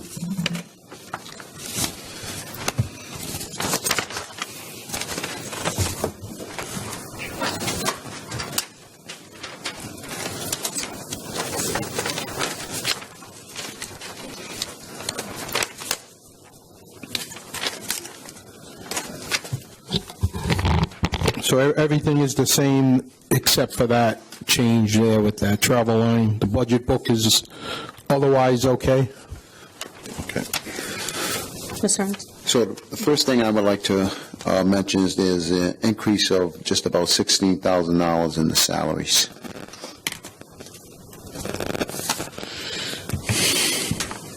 So budgeted year for fiscal year 2019, approved budget, $335,000, and a proposed budget for 2020 at $351,000. Are any of these positions contractually obligated? It shouldn't, I don't think, Positions? Are these positions They're contractually all union. obligated? They're all union? with the exception of the With exception of department the head. director. So what, Mr. Moore, what does the, if you have that in front of you, I hate to put you on the spot like that, contractual for this department and only this department, what's that increase turn out to be?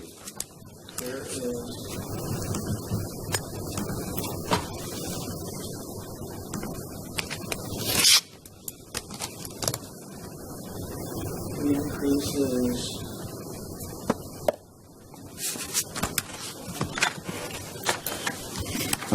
We can give you more time. I know I'm putting you on the spot here, so if somebody else has any, I had a question about, I'm sorry.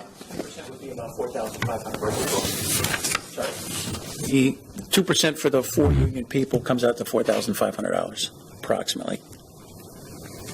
approximately, or that's, what it is. Well, I think that it's included in here, so I took 2%. It was 226,280, and 2% is 4,526, which I believe is probably a little high because that's 2% on the 2%. So where would the remaining 11,000 come from? That's proposed.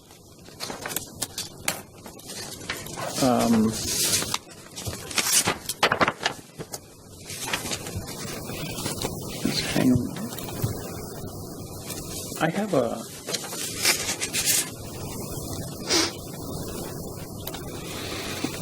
Hang on 1 second.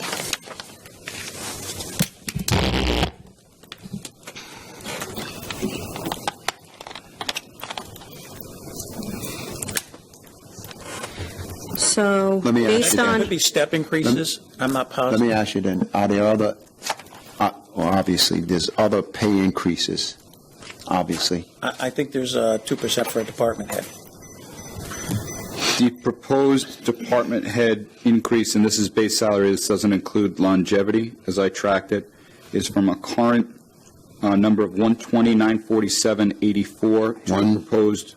I'm sorry, repeat that? Current year is 120, Yes. 947.84, and the proposed is 123, 366.80.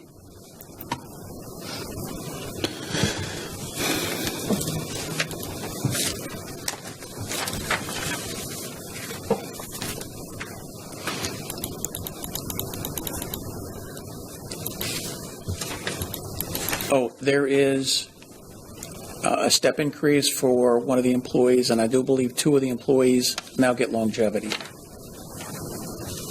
Which is We're showing it. Contractual. Yep. Mr. President, if I may. Yes, please. Kelly, can you talk to me a little bit about overtime within the department? How does that work? Well, we have $3,000 right now in overtime, and that would be, we don't really do overtime with the union members. That would be for specific projects that I might have, like rewiring a closet where we need to have them come in on a weekend. It's also for the services rendered here tonight after hours. The 24/7 services, like for the police department, when we're in a hard down situation, that's when the call's made to me. So there's no overtime for that. Okay, understood. Thank you.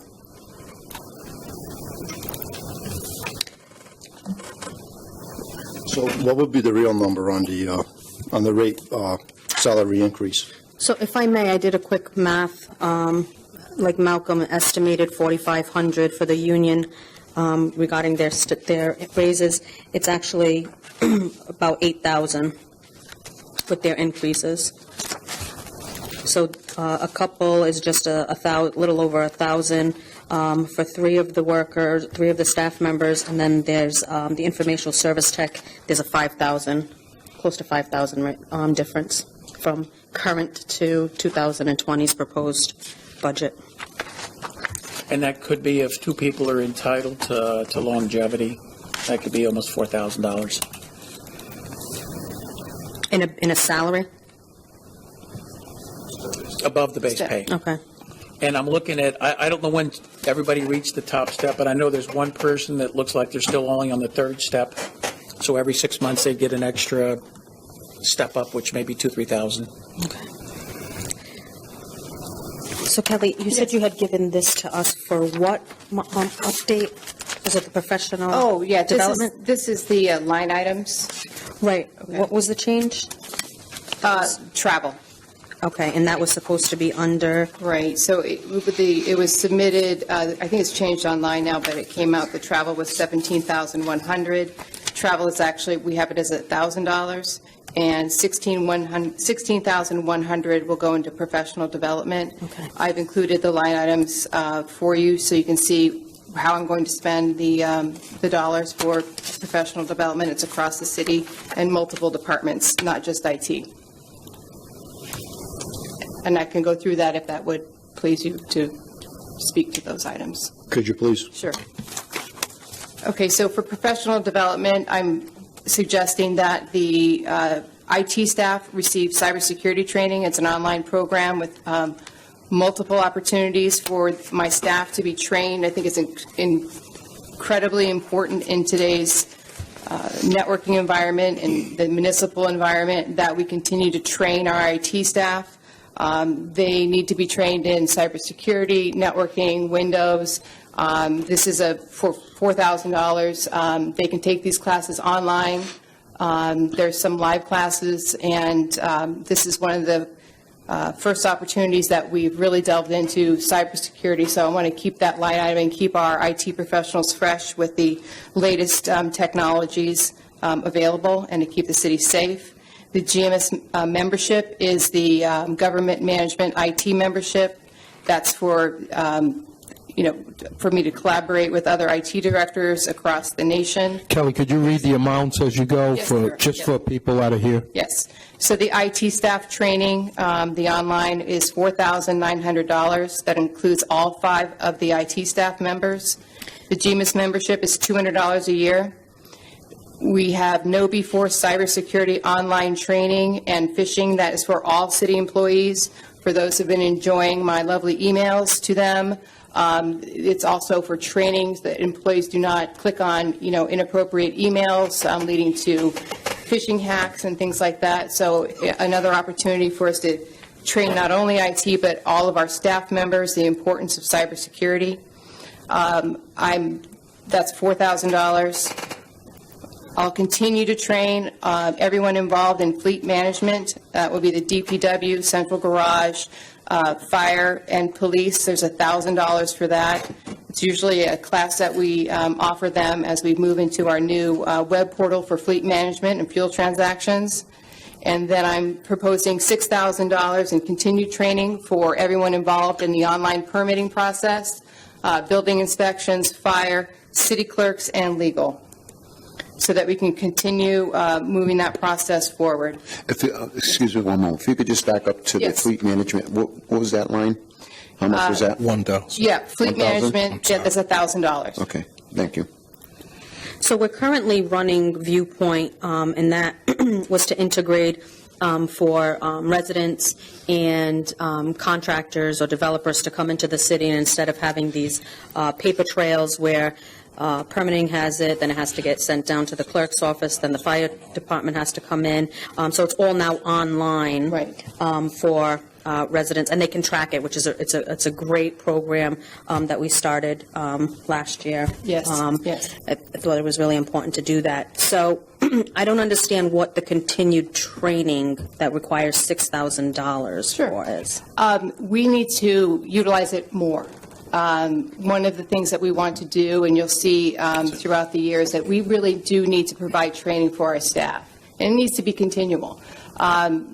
They do use permitting, but there was an opportunity that we weren't really doing permitting for the minimum housing. And so that is one opportunity that we are now capitalizing on. We've done 2 days of training. And we also want to move into putting business licenses online, dog licenses, alcohol licenses. All of those permitting processes should be available for the public to go online and have that process. But our employees need to understand how to work with that and integrate that into their workflow. So what we would provide here would be a full day of training for our employees, and I'm proposing that we do at least 4 different training days. So who's getting, is it $6,000 for Viewpoint? Who's getting paid? Who's training them getting the $6,000? It will be actually the Viewpoint, it'll be the Viewpoint trainers. They will come down and continue to train the building inspectors.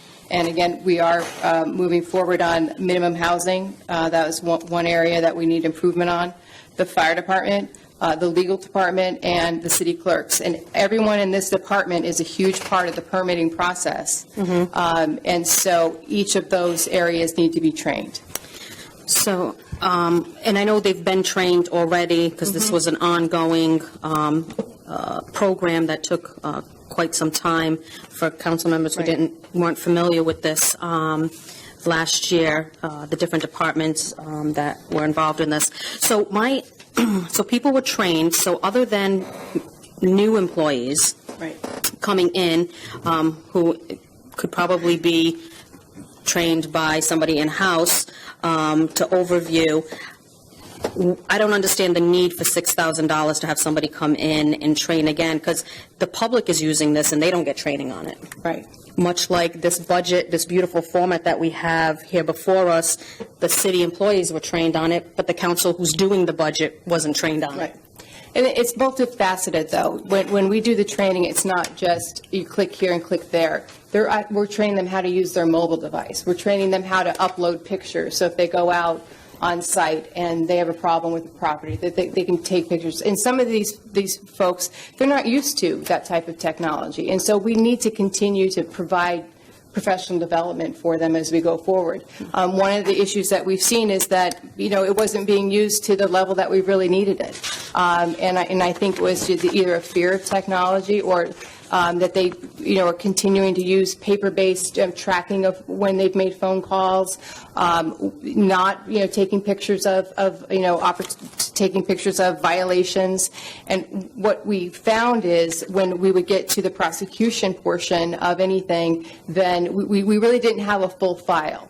And so what we want to do is mandate that we really do a better job of having everything online. So your judges, if they need to look at anything, you're going to have a full file available. And so I think it's just critical that we take these employees who may not be used to using technology like the rest of us. Maybe it's just something that they, in their business experience, just hasn't been required. We're moving from an environment where it's okay, if you use it, to we're requiring you to use it. And I think if you talk with people from the opportunity, the minute that you have a minimum housing violation or a building permit situation, all the way down to the judges that are looking at cases, that we just need to get better at tracking everything that we are doing. And the opportunity for a judge to be able to log in from home and take a look at exactly what happened with that violation prior to sitting down, instead of notes on pieces of paper. So it's really about being better about how we do our workflow. And so I think $6,000 would probably save us that, just that expenditure will save us as I move this. I'm really trying to help and move the city forward by training the employees. And one of the things that we haven't done as good on the city side, where you've seen maybe in the school department, we give people technology and say, you need to use this, and then we don't train them, and we don't make it a consistent thing. When we put in smart boards and things like that into the school department, we can't expect teachers who've had one curriculum taught one way to just figure out how to use that, smart board or use that Chromebook. And so I'm deploying the same type of thought process here, that our employees, we need to support them. We need to, and make it a mandate, and not roll out view permit and then not use it. Mm-hmm. And that we should have more permits online. We shouldn't get pieces of paper. Right, I agree. Yeah, and so that's why, I'm really going to start putting this in the budget. You will see other opportunities in the future where you're seeing the IT people train our personnel how to use the technology, whether it's using Office 365 and working with the workflow. So where does the fee come in if you're training them and you don't have outside consultation? Oh, where's the fee come in? The view permit would be the actual view permit trainers. Okay, so But Office 365 and things like that, the IT department will take that on. Okay. Can I just expand on something also? And Kelly is explaining it well, but I just wanted to expand on something. Our minimum housing office has been doing their job pretty much old-fashioned way. They had file folders that they would keep all of their violations into a file, and then it would go from their office to the law department and then come here to court. So what we wanted to do, once we came in, we said, look, we've got to find a way to track these violations, these minimum housing violations, because we want to put a stronger effort into remediating some of these issues. I said, we have to find a way to track it and document it and then send them a violation right from one program. And I was told by Kelly that, hey, we have that software, it's Viewpoint, but we've never utilized it to its full extent. And that's something that we're trying to do now, is to utilize it to its full extent and to make it so that a complaint comes in, it gets put into Viewpoint, and it tracks it from the very inception of the complaint to the resolution of the complaint. And the municipal court judge will have access to it, the clerk's office will have access to it, they'll be able to track the case, and it all stays in one place. So if you already have the program, it's already in place, where does the cost come? The training. The training. The training. But the training is in-house, right? They have been trained in-house. So initially, when this was started a year, 18 months maybe ago, there was a group that was set up. The engineer, Eric Stagberg, he was the lead in the group of this whole project, and multiple, including the city clerk, they were all involved in this whole process of getting people trained and familiar with this program. And I believe, if I'm not mistaken, Viewpoint did come out at that time too, Right. and did multiple training as things went live, because it was, building went live first, then the fire went live. Everybody didn't go live at the same So are time, they so still everybody got continue? training. Are they still continue to come out and train Viewpoint? That's Is what I that think she's asking for. Okay. Because the minimum Okay. housing I thought you did that training yourself in-house, considering that Viewpoint was already here and did a training. So I thought going forward that Right, we that's would do what I that would training. assume, that Yeah. people who are already know the job, know the program, are going to be doing. Minimum housing is different, like you're saying, Mayor. That's No, another just- yeah, layer. just ask. Right. That's another layer added to it, which I Right. think is great to incorporate that too. Right, and just so minimum housing is going to be a focus, and then business licensing and everything within the city clerk's office, they haven't received any training. And so I want to make sure that they also have the opportunity to do that as well. So this, all that you mentioned totals to 32,000, correct? Oh, no, that just totals to. That's 16,100. Sorry, 16,100. It's it's above that. Okay, I see. Okay. Can I ask, is this separate and apart from the new e-filing that we're doing in the clerk's office? That doesn't include that, okay. And there's no more consolidation with the school department? Correct. Okay. So, and then in addition to, on the professional development, the Stoneman cybersecurity and so on, that totals up to 32, correct? Purchase professional. On the No, prof- on the the professional 32,000 is development. purchase professional service. That's something different. So it's professional development. That's the training for the employees. That's 16,100. And then underneath that, I broke it down. And then you'll see there's another line item. It's called purchase professional services, and that is for the Office 365 and Azure platform. So that's the 32,000. Correct. So by correcting that travel expense Yes. and removing that from the 16,000 from that to purchase professional services, that brings it to 48,000. So it's, 16,000, but it's two separate line items. They're having us break out professional development in one for 16,100 and purchase professional services as a different line item. Because it's not really training, if you will. It's the subscription. Further down on the budget, if I Yes. may, I see the computer hardware and electrical went up, Yes. budgeting $50,000 from the previous year. Can you explain that? Yes, absolutely. The amount we're asking for is $170,000. I would like to provide further updates in security for the city, including additional key fobs, ID cards, and access control units, so that right now we have a lot of, hard keys, master keys.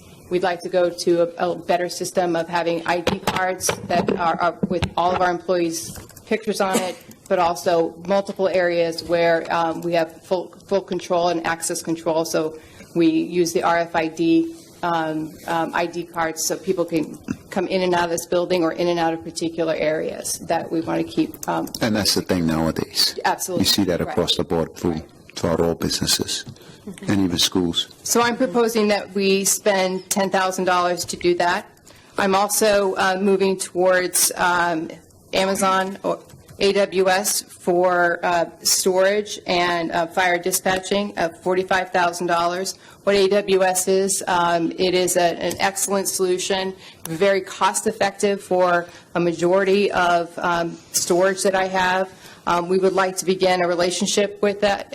For those of you who don't know, it's servers in the cloud, if you will. So we basically take our servers and we lift and shift them So we would take, let's say, one of the proposals that I have, because of the major storage that they consume, would be our behavioral criminal investigation server, which has, every mugshot from the last 20, 30, 25 years, and move that into what they call glacial storage. It's very inexpensive, but it's also secure. It's in a government cloud, and it's just a better way to go. So you're going to see more of this from this department as we focus more on applications and in supporting our workforce and having them be better at using technology, and then utilizing these better services than having it in-house. So I'm proposing that we spend $45,000 to begin moving our servers out into the cloud. So what's the difference between the supplies technology line, that's $20,000, Yes. compared to technology software, which is $128,000? Okay. So this technology supplies, it could be anything from batteries to power surge protectors, printers, cables, anything like that. We cover the majority of the city. So if someone, the vice department or the detective department, come to me and they need, a hard drive to give to the district attorney because of a case, we provide that for them. So we just have tons of supplies that we buy. So 20,000. I can show you the list. In fact, I'm going to provide that all for you. It's exactly what I've spent this year, so you can see the line items, and it has an explanation of why we purchased it. So it's not a random number, but we do have approximately, on a daily basis, get a request for some item that is needed, and it's usually police, fire, and in support of that. It is a significant jump from the past few years. Yes. I know. Mr. President, well, I think maybe with the significant jump that Councilwoman mentioned, we may be able to, as we're probably going to try to do in every department, make a couple of reductions. But I would make a summary statement overall that the $6,000 for training, I think my experience has been when I had something to do with that, with the school department, that training is critical. And I think we may get to a point at some year where we'll have enough trained staff in-house that could take that over. But municipalities right now, and the director would know more about this than me, but I've read where municipalities have been under attack by cyber crimes, and where cities and towns have actually been held hostage by, whether it's hackers, whoever it is, and cities and towns across the area have actually been paying a ransom because it was cheaper to do that than to lose all their technology. So, this is an area that, whether we like it or not, and some people are dragged into it screaming and yelling, but technology is here to stay, and we have to keep on top of that. All of us are experiencing problems at times with emails and different things, and so whereas I think there's always some wiggle room, maybe 10,000 to 20 seems like a lot for supplies. We could probably do something there. But I've been there when employees weren't trained properly and it was a disaster. And the school department, as they do now, has to pay professional development, and they have line items for that kind of thing. And so I think we need to be careful as to not to cut that out from underneath us right now. My only concern when I look at technology software and the amount that we're spending, but yet we have council members whose iPad can't receive emails. Yep. We're spending a lot of money here, and we should be able to have that accessibility for council members to receive emails from constituents or otherwise. Right. And this has been an ongoing problem that they've had. In fact, in some cases, 2 to 3 council members just, eliminated their emails address here and had their own. Right, and we're moving, part of this budget we're moving from this 10-year-old system that we have that we need to dump, and we're moving to Office 365, so you're not going to have the same issues of transferring data, of getting bounce backs, because we are getting rid of it. So We're in the process. In fact, I'm syncing the passwords and everything right now. Those accounts, all of our accounts are transferring over to the Office 365 government cloud as we speak. So probably by mid-October, we will be fully live with Office 365. So all of these issues of, you can't attach something because it's too big. You try to send an email to a Gmail account and it says, bounce back this and that. I'm dealing with a jalopy of an old program, and I need to dump it, and we are dumping it. But didn't you receive money last year to upgrade that? For the email server? For all of the technology? We didn't go to Office 365 last year. We did not. But you said it's antiquated and it's 10 years old. Right. So why didn't you move at that point in time to that type of software? I'm probably bought something else at that time.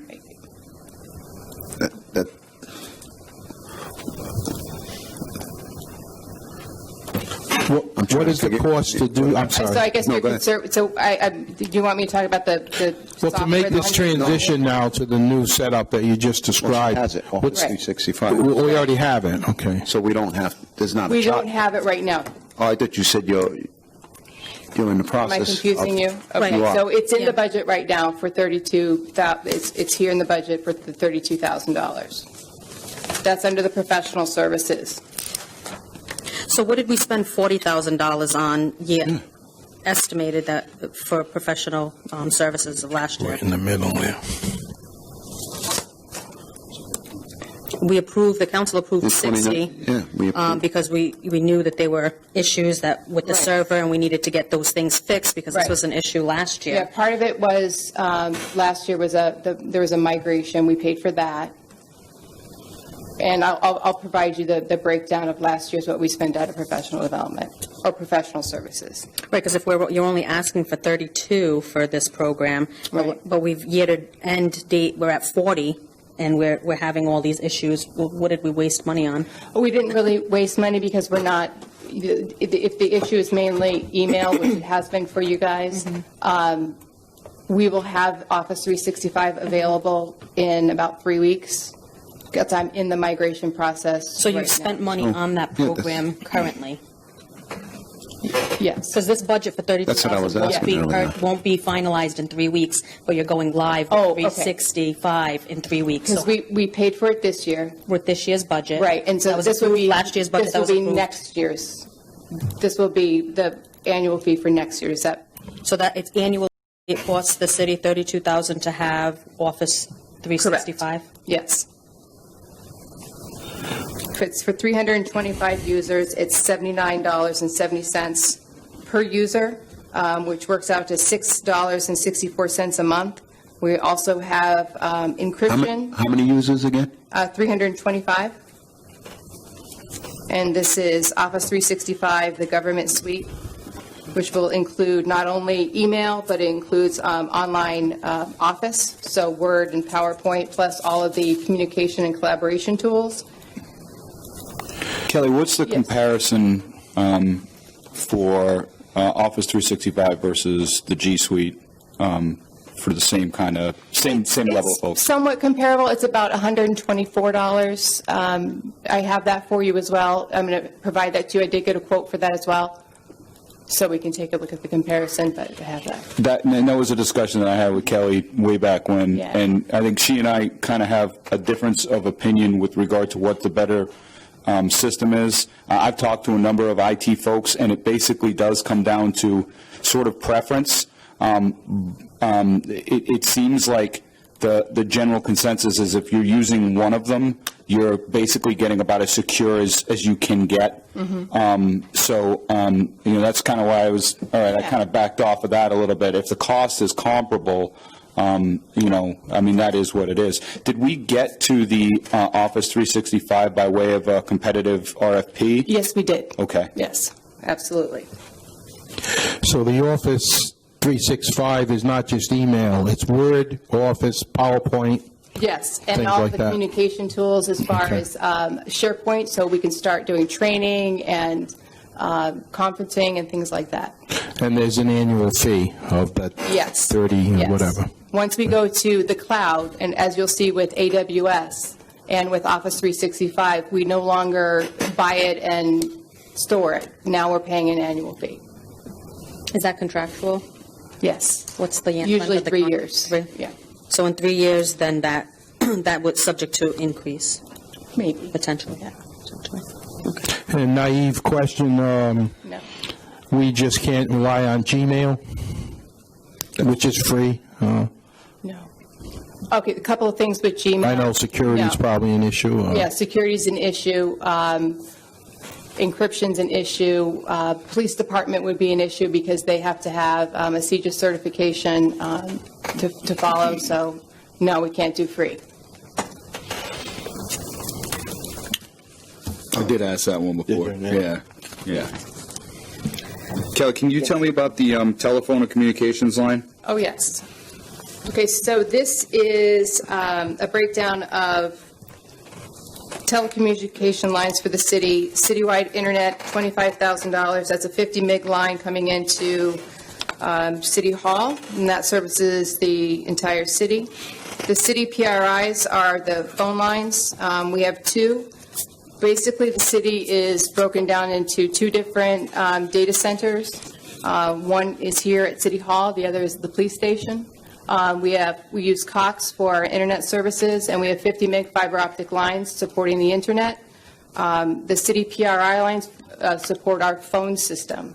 And I have PRI lines here at the city and also at the police station, and they fail over to each other supporting our emergency operations. And then there's further telecommunication lines for $17,000. That's the citywide POTS, which are plain old telephone lines, fax, alarms, elevators, long distance, and meter reading. Our phone system is supported by fiber optics, our own private citywide fiber optic network, as well as the PRI lines. Things do fail over, and we need that obviously because of the police station. If our PRI lines fail, which means, let's say someone takes out a telephone pole, we have actually copper lines in all of our buildings that will support the phone system. So it would take a lot of things for us to not be able to dispatch in our police center. So we have two PRIs that fail over to each other that support dispatch in our phone system, as well as if that went out, I have copper lines that actually, 4 or 5 copper lines at the police station and all of our buildings so we can still make phone calls. Wouldn't you be able to use cell phone in that situation? This would be mainly for our dispatching center. So we would be. Police department? Police department, yes. Police and fire dispatch from the same location. So and that all goes into the 750 Waterman.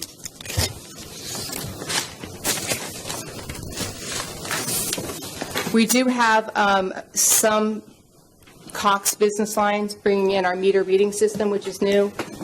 The Kent Heights water tank and Fire Station 3, they have some other lease lines that bring those units into our network.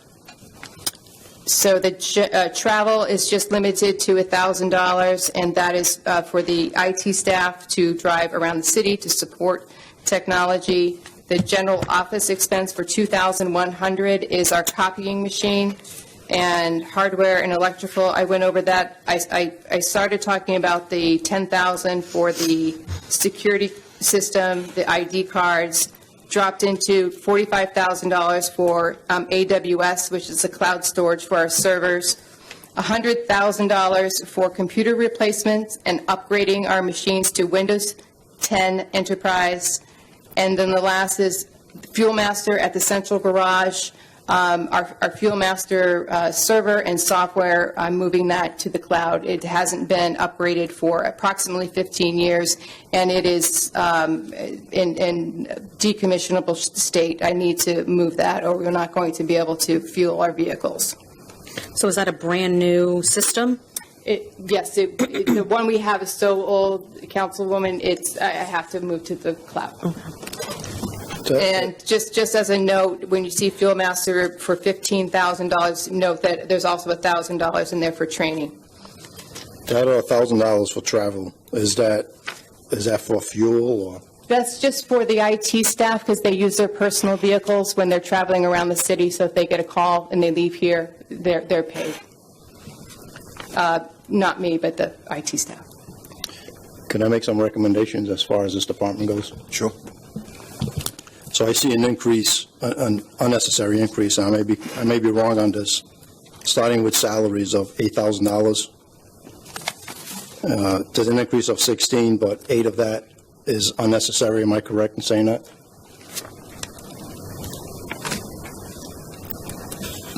Yeah. I think so. Where are you? Salary. Salary. Salary line. So there's an increase of 16,000 for salary. But as we discussed with a 2% raise for department heads and such, is it safe to say that 8,000 of that 16 can be reduced? I don't think so. I think that's contractual, because if they get to 5, excuse me, if they get to 5 years, they're entitled to longevity. But this budget's only for this FY 2020. We're not going 5 years ahead. Yeah, there's So also, essentially, we're taking the 2% out for non-contractual Oh, I see. raises. So Malcolm, you're saying that there's certain employees that are going to reach that 5-year mark, and contractually there's a certain percentage for that longevity, correct? yes. And I've got,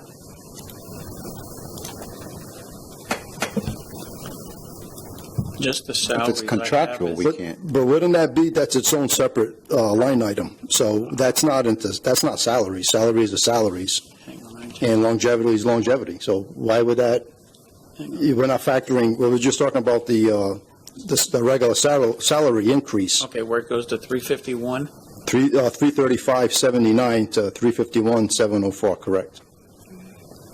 Now, I understand longevity is contractual, and so are some of the raises here in the regular salaries, but are we obligated contractually from 335 to whatever that increase is for those contractual employees, that 2%? What is that number, just for the salaries? Or 4,500, if I'm not mistaken, right? For contractual was a 4,500. I think they said. Yeah. Isn't the department head the only non-union position in Yeah. the department? That's what she just said, yeah. So then that number that I think you're looking for, It's 2,400. Councilman Ricardo, is I've got 23,1996. I got 24,1896, so I could have done whatever. You know what? math. You could, I did it by Either hand. way. I didn't use my calculator. either way. $2,419. So that's Yeah. what Council President. So then I changed that, and I suggest that we reduce that salary to a 13, reduce that amount, the 351,704, by $13,581. And Why 13,000? Yeah. because they're asking for a $16,000 increase, correct? Right, but a lot of that is driven by contractual requirements. And yeah, so would that 2,419 be the contractual requirement? No, that would be the non-contractual No. requirement. That would be the piece that could. So then, so it's reversed then, it's That's the only taken number you could reduce from. the two. Right, the 2,000. Okay. And Council President Brito has the right number, and I think Malcolm has. 2419. 2419 is the rate. 24.18.16 That's what he's got. So then, So by- we have a salary increase going from $120,947.84 to $123,366.80. so I recommend. That's a reducing- $2,400 increase. So then that's a number, then I recommend reducing that by Right, $2,400. right. Leave it at 129.47.84. You want to leave it at the 120? Yeah, that would be the difference, that 2418 or whatever it is, that would be that difference. So we would go from 351,704 to 349,285. Plus or 349. minus pennies. That's 2419, 2,419 reduction, which is a 2%. I think what Malcolm just said is accurate. I also recommend the supplies technology line item be reduced to 10,000. So from 20,000 to 10. I got that. 30 I got that. May I counter that with a reduction to 12? Sure. Just because, you know, it looks like we broke that 10,000 number a couple of times. And then did you have anything else, Councilman Morano? Well, I was actually thinking, I know everything adds up, right? The office supplies, reducing it to 1,100, and also, and just my thought on the computer hardware. You know, maybe it can be done in increments where things are done per building or whatever, you know, with the key fobs and stuff, reducing that by 25,000. The computer hardware / electrical. So that would go from 170 to 155? Oh, no, wait. 150, correct. Hold on. By 25K, 170 to 145. 150? Oh, 145? Yes. 140.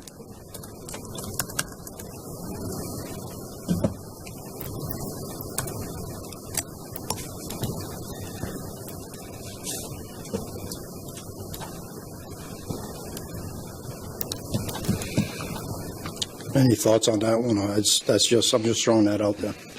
Well, I was supporting a reduction for the computer hardware electrical line simply because our spend has never approached the proposed amount. It did one year, but we're looking at 107, 124, basically 125, with an ask of 170 this year. So I would propose a reduction in that amount. I mean, I would support a reduction in that amount. And what amount? The amount of 25,000, the reduction, 25,000, yeah, down to Okay. 145. 125 or 145? To 145, by 25 to 145. So in total, that would be a reduction in overall for this department, $40,519. That was still, 40,000?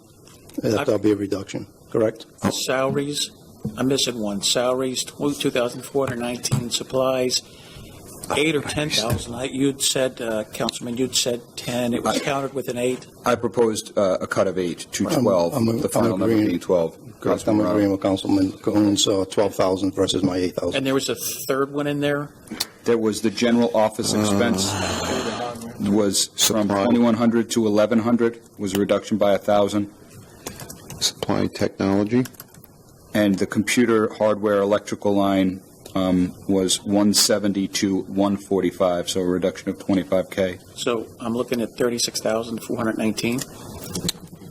No, you got supplies and technology, you have that? The travel? We did supplies and technology, yep. Okay, all right. Sorry, I got salaries, supplies, general office, and computer hardware. there's travel. There's nothing in travel. The travel line is an error. Right. The travel line was, I think what Kelly explained was 16,100 of that was for the training that she explained, and then the 1,000 was the general travel for people getting in and around to in their own personal vehicles. Just for the record, we're at just beyond 9:30 this evening. How much further you all would like to go? 10 o'clock at the latest? One more. Or one more? One more. One more? Yeah. One more? So Malcolm, am I correct with those numbers of 40,519 reduction? I'm missing something here. Salaries went down $2,419. Correct. Supplies, 8,000. 8,000. Yep. General office went down 1,000. Yep. And hardware went down 25. Yes. That's I 36,000. didn't have that either. All right. Can you give me that total number, Malcolm? You know what, I think the 170, we're making that line item 145, Which correct? is 25. Reducing it to 145. Right. From 170 to 145, yes. So I've got salaries going from 351,704 to 349,285, reduction 2,419. Supplies, 20,000 going to 12,000, $8,000 reduction. General office, $2,100 going to $1,100, $1,000 reduction. And then hardware, $170,000 reduced to $145,000, a $25,000 reduction. Those four are a reduction of $36,419. I concur with that.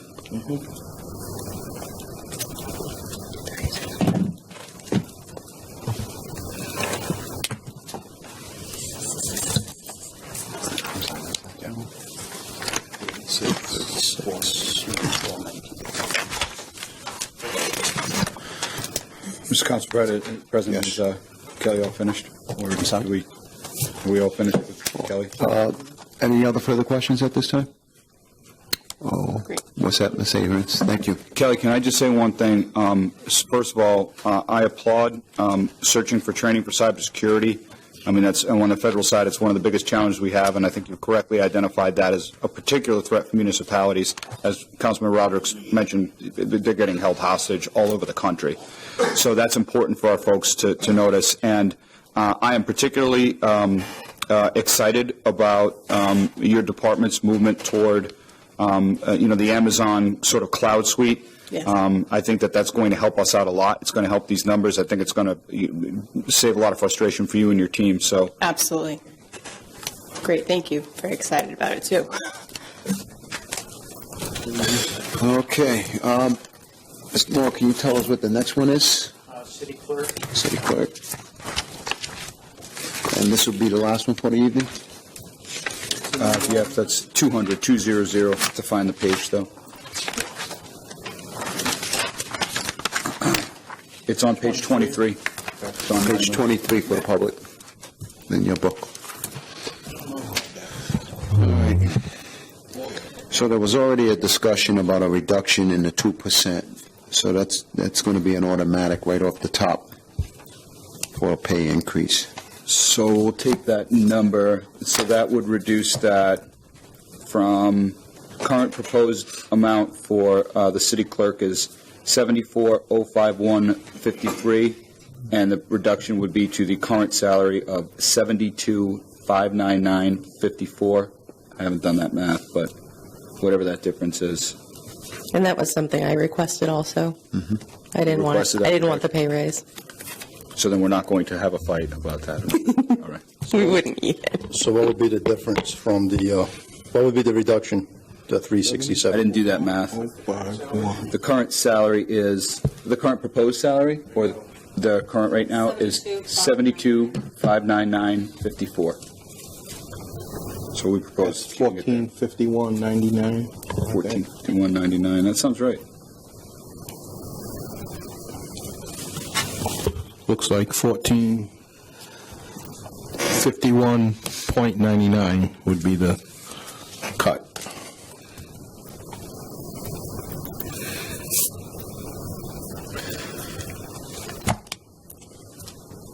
And I am more than happy with that. I would thank the city clerk for sending us correspondence earlier suggesting that not to have the increase. All right, so that's a $1,451 increase. So that'd be a reduction of $1,451.99 increase, decrease. Right. Since we have the clerk sitting up here with us, Sam, can you tell us, I noticed we've got travel itemized in several budgets across the city, but there's no travel budget proposed for the clerk. Presumably, you helped inform the budget, I would assume. What was the rationale behind the no travel budget? We just didn't need it.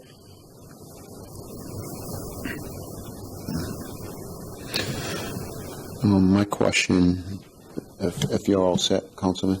I am, sir. Rutherford? Thank you. I see professional development for $4,000. What type of training would you be offering or looking forward to having? Professional development, there is a 1-week training where I can go and get certified and actually be a certified city clerk. It's something that the New England Clerks Association, a lot of the clerks do that, and the benefit of that is you would have a certified clerk who is trained in everything that you're supposed to do and getting the updates and the professional development that a clerk would need to do the job. Prior to this job, I've didn't have any training, so I think that could be posed valuable. It's not $4,000, it's $970 for the week. That includes food, lodging, and full transportation. And it actually, going back to it, for professional development, I'd actually like to cut that down to $2,000, if we could do that. I'd like to cut it down to $2,000. The additional $1,000 would be for any kind of workshops that the clerks have. I have a total of 7 clerks in my office, including myself. So you take about $1,000 divided by 7. It's not too much. So then They actually haven't had any kind of professional development in about 5-6 years. you're advocating for a reduction, just to track that, on the professional development line from $4,000 proposed to $2,000? Absolutely. The next item, line item is the purchases, professional services, the $48,600. So for the purchase professional services, that includes anything that we have to bring somebody in for, or for purchase professional services, that is for what, co-file, Malcolm?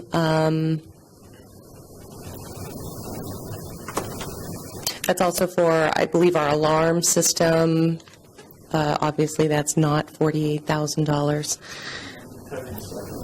Well, there's A lot of these things are usually what we have for clerk base, I believe. Stop me if I'm wrong, Malcolm. Clerk base, co-file, muni code, everything that we need for our legislation and our recordings. JCMS, maintenance support and upgrades for $6,000. Is that where $37,000 was spent last year? $37,481? Yes, that's correct. So is there something additional that you're expecting? For the 40, I believe we went ahead. I'm just looking, the first thing you paid last year in November of 18 for clerk base was $16,600. Yeah. And then you have some onboarding, and you have some annual maintenance for $1,000 to $2,000. The JCMS is $6,000. A little admin support and all for $400. The admin So support, I don't understand. I don't know what the admin support's for. For everything that we receive, any kind of applications like co-file or clerk base or anything like that, the support is always included in that, so I'm not sure where that's coming from, and I'm happy to take that out. So that would be So it's an increase of $11,419. If we knock that back a bit, we've already taken off, is it 3651? 3,651. 3,451, correct? And Makes sense. from that purchase professional services, the increase of $11,419, I think we can cut that back. And last year, it spent $37,481. So do you want to do like maybe an Like conservative? 5 off of that, $5,000. I think that's more than doable. So you're proposing reducing that 48,600 line to 43,600? Correct. I'm sorry, what? That's the purchase professional services. Take 5,000 off the 48,600. Okay.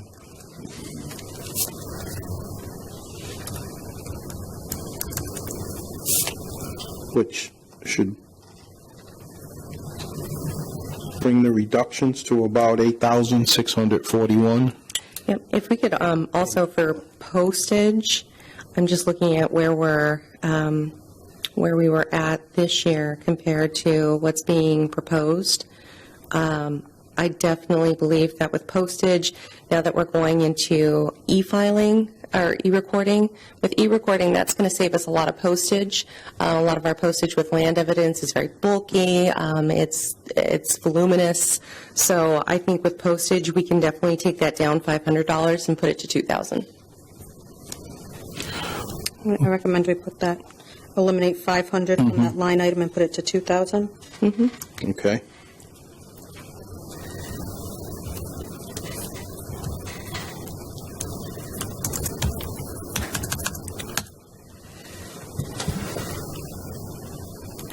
For telephone and communications, there just isn't any.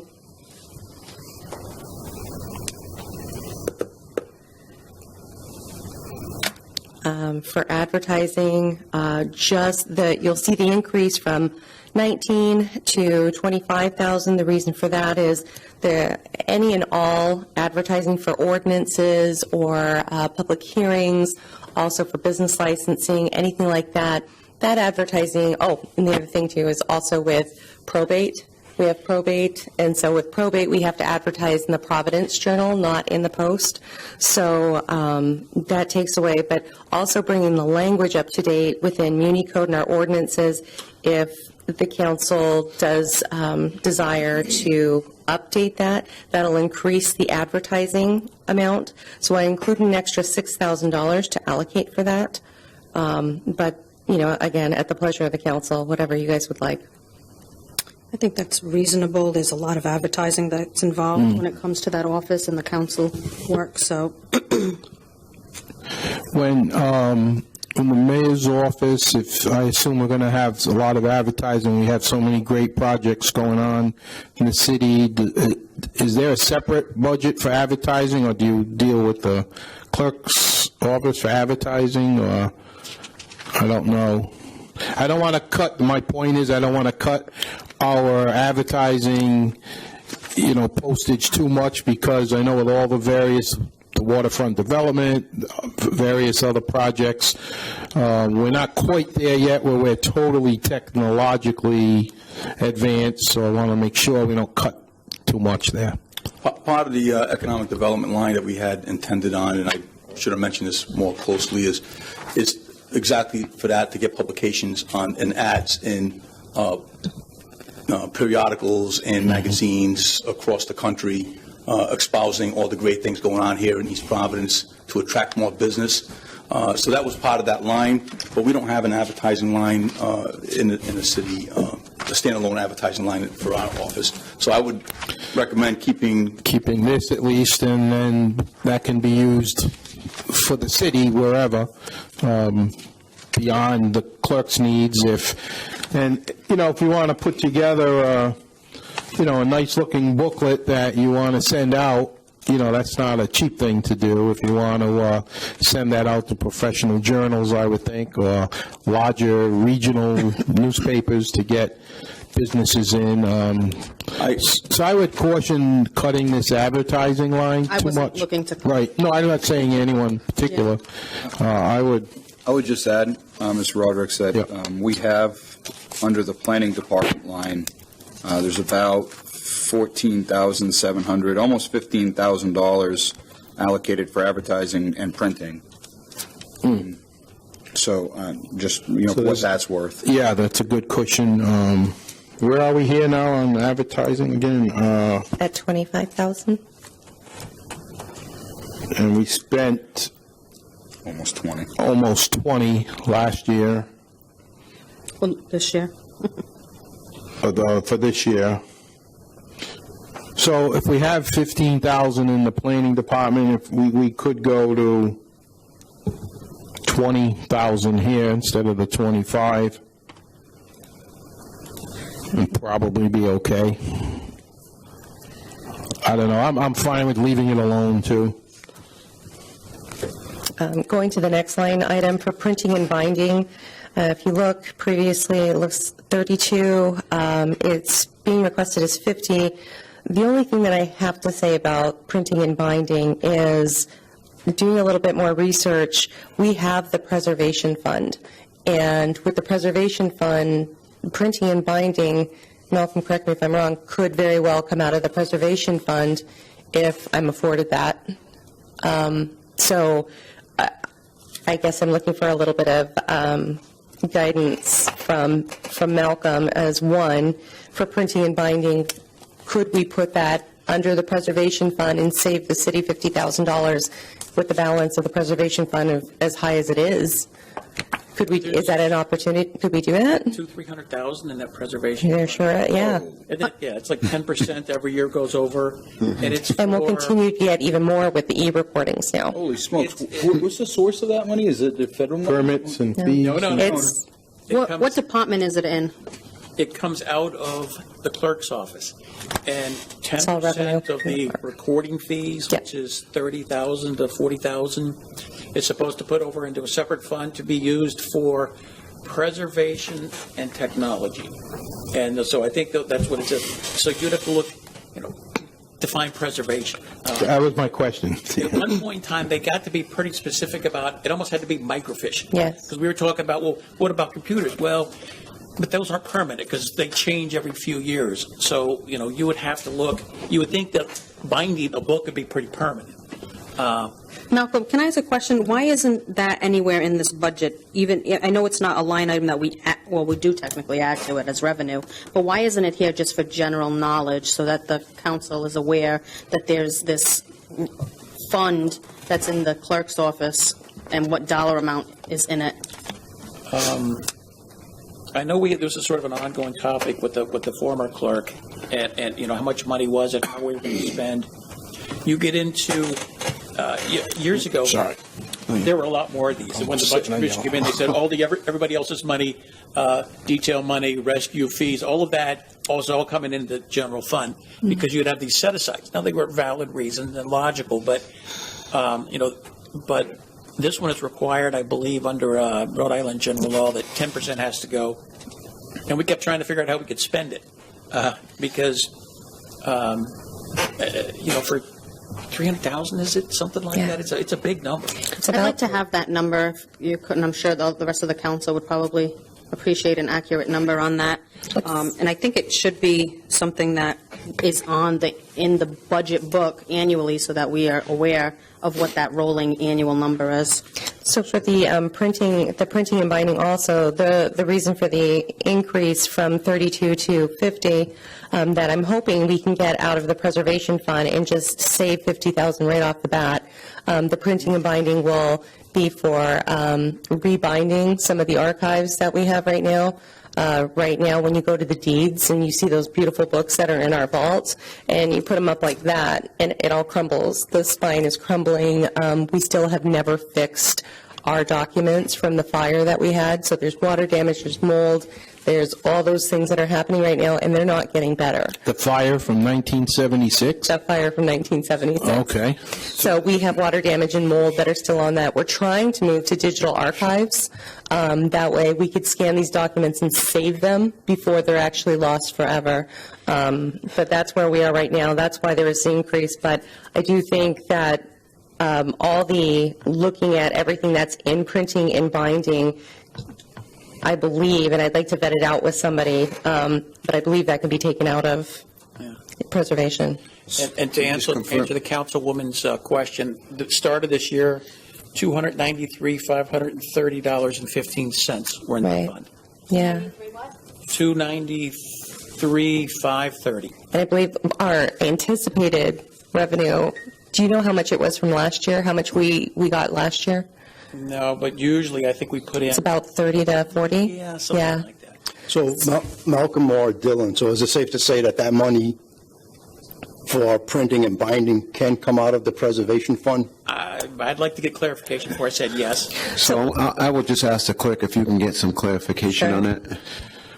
Where would you get, who is in charge of this? Where is the clarification coming from? It's a state law, so would that be for our attorney? Or is there an agency somewhere that? Yeah, there's, it's escaping me right now. Dylan, do you remember for preservation who monitors the accounts and at the state level? I'm trying to remember who it is right now. I do not. Okay. I have it. I can get it for you guys. I just don't have it. One last question. Have you used any of the money yet this year for anything? I've used some of the money. So did you have to go to anyone? What was your procedure? My procedure is that I have to go to, well, for one, it was the printer, the copier. So I had to go the new copier that we got. So that has to go through like the regular Regular RFP, purchasing, okay. process, and making sure that's vetted out, and then it has to get okayed by purchasing or the controller. Then it goes to the mayor, and then I get the approval. So maybe you and the attorney's office can clarify yeah. the scope of the usage for that money. It would save Right. the budget quite a bit if we could knock down $50,000 or... Yeah, and with So- the e-recording money now, that allows people more flexibility, so we'll see an increase on that as well. Truth be told, I am told that money is not completely mine, so I do not have full autonomy over that money. Okay. So, So be a question for the solicitor. Yes. Okay. Dylan?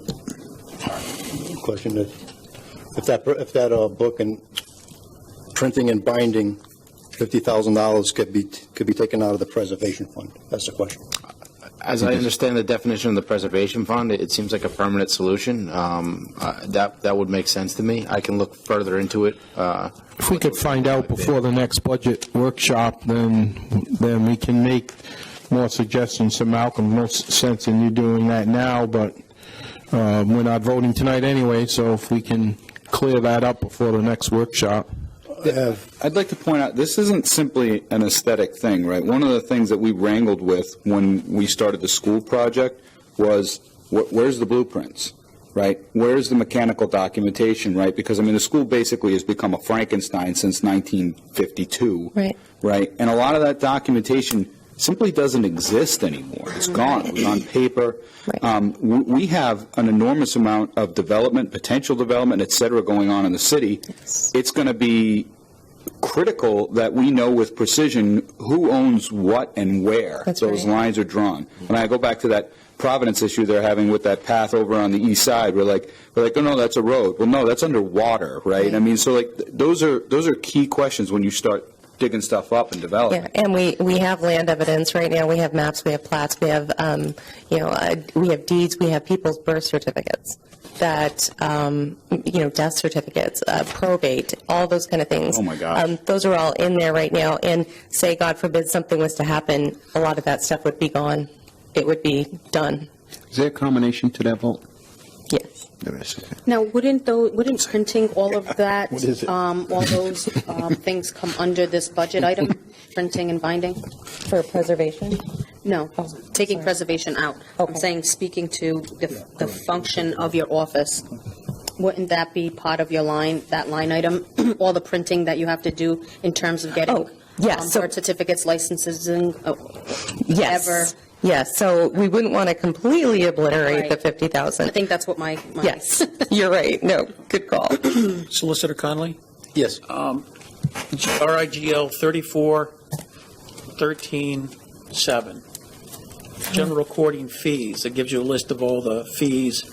Section C says 10% of the recording fees provided for in the section shall be utilized by each city or town for the purposes of document preservation and technological upgrades. So document preservation, Ordinary meaning. somebody had given me a definition. I don't know if I've been able to find that. Yeah. Because they were saying it was microfiche. Right. If there isn't a defined term, then it's the ordinary meaning of the language as it would be generally understood. So, I mean, document preservation, I think, is a pretty wide latitude. Right. Especially with the technology of the day, it's changed from when that law was probably written, so I'm sure they would have a wider latitude. Absolutely. And the clerk's office actually pulls in a decent amount of revenue. Malcolm, do you know how much revenue the clerk's office pulls in annually? Approximately $1.5 million. It may be $2 million, but then they have to turn around and give, say, $500,000 to the state as their share. Yep. And that includes the probate court, municipal court, land evidence, business licenses, Yes, I've got vitals. a budget of really $1.5 million. 1.504 is what we have. So we're approaching the 10 o'clock hour here this evening. Well, I would recommend we make the reductions that we've talked about, and then we wait on this I just have one more preservation question. fund. Go ahead, One more question Councilman. for Malcolm, actually. And it's probably going to be a research thing unless he has the numbers. I'd just like to know what the 0.5% increase to the homestead exemption calculates to as far as dollars. Well, what does the 0.5, adding the 0.5 to the 13% homestead exemption? Is that in the clerk's office? I want to say 230,000, Can we get an exact number on that for the next meeting? probably. Okay, thank you. So anyway, to go through really quick, general office expense was combined with office equipment, and then we reduced it by $1,000. There's not a heck of a lot of, that we really do need if you look at what we have used. Not a whole lot, but that's, So you're proposing a reduction in that line from 7,300 to 6,300? yeah. Well, originally, if you combined general office expense and office equipment together, it was 8,300. Then I brought it down to 7,300, but I'm good with taking it down to 6,300. So that's $100. 1,000. 1,000, yep. You got that, Mel? So hang on, State's going to define preservation. I figured. So- Office I equipment. think we need to go through all these, Yeah. so Malcolm has them for I sure. think I've got, I'll go through what I have. Okay. So office equipment went from what to what? 7,300 To 63. To 6,300? 73 to 63, yes, sir. Okay. And Malcolm, can we get a copy of the changes that were made this evening? Just so going into the next, and I know it's, Yeah, nothing's not- normal, but just, All right. 124,370 is what I've got. But in the clerk's office, salaries, just want the reduction or you want everything? Reduction's fine. reductions. fine. Reduction went down 1,451. Professional development went down 2,000. Purchase professional services went down 5,000. Postage went down 500. Office equipment went down 1,000. And then there was a question on printing and binding, and can that come out of the preservation fund? I took the salary down more. No, it didn't. Didn't we also talk about a reduction in advertising from 25 to 20?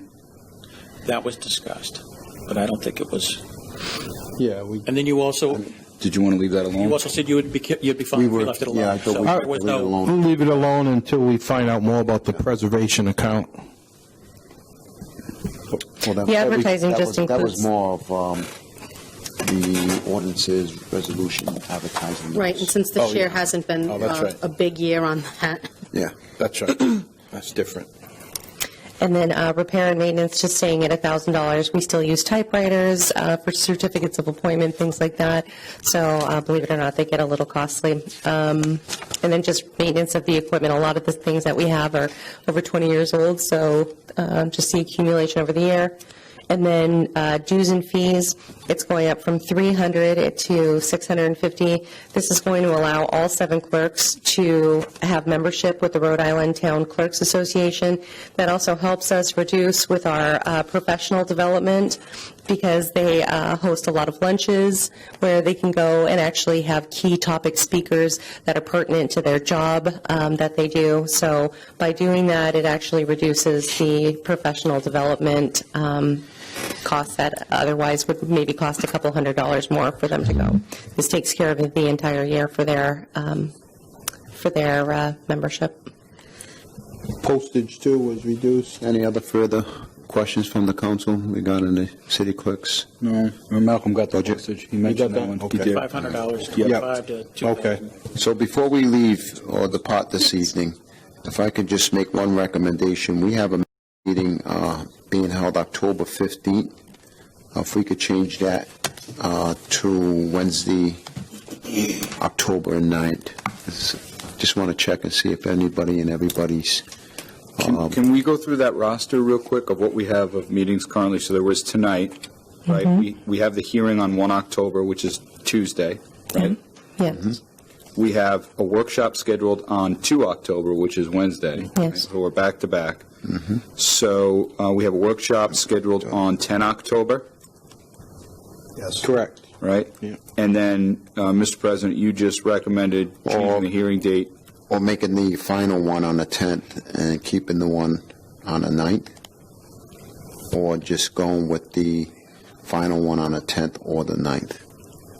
You think we can resolve this and eliminate one meeting? I would suggest actually adding one meeting. Well, then, We've only gotten through 4 departments, if that. We have a lot more to go. Five departments. So, well, we have very little time to do that, So I'm available. and that's the final week, actually. The final So week is the our week. next workshop is October 2nd. So our final week is the week of the 7th. So in order to stay on the same timeline as everything, to have it presented to the mayor, and then if a special session is needed, we would need to do public hearing no later than The 15th. the 10th. I mean, Well, the excuse me, 10th. the 10th. The 10th or the 11th. We couldn't do anything on the 14th because that's Columbus Day. So the 10th is bad, Mr. President, for you. We could go to the 9th? Bad for me? Yeah, is that what, you said you wanted to change? No, I have it here. We had a workshop on the 9th that was moved to the 10th. I won't be on the 9th, but, you do what you need to do, so. I think we should still, in lieu, still hold a workshop, and then we'll have the next meeting. Keep the The next 10th. day, yeah, the 10th, as a So eliminate hearing. the 15th and move it to the 10th? So the 10th would be the public hearing? Mhm. Okay, So the 10th would be a public hearing, the 9th would be a workshop. okay. And then the idea on the 10th, the public hearing on the 10th, is that was when we would finalize here? We would take the vote on the Yes. final budget? Mhm. Okay. Can you run that by me one more time? So We've got a meeting on the 3rd. we've got hearing on the 1st of October, and correct me if I've got this wrong, workshop on the 2nd of October, That's correct. workshop on the 9th of October, Yep, final hearing on the 10th of October with the public hearing, yep, with public, that's a public hearing. yes. Unless Public we're available on the Monday, October 7th, and we could take the 9th and move it to the 7th and keep the one out for the 10th. I am not, Mr. President. No? I Okay, won't be let's there keep it the way it is. All right, let's keep it the way it is then, Okay. because we'll get into, And I'll make sure the advertising goes in on October 1st. Could I ask, Malcolm, do you have a loose figure on tonight's total, or approximate? Yes. I can get that for you if you want. Reduction of $124,374. That's counting the recent, the clerk reductions we made? Yes. Okay. 124,000? 374 That's total? total, Yes. which is subject to change. Well, also, there will be a corresponding reduction in some of those FICARE, Medicare for the South, but it'll be small, tiny. You say 174, right? Okay. 120, Pensions, 20, a third more, 30% more. anyone want to make a motion?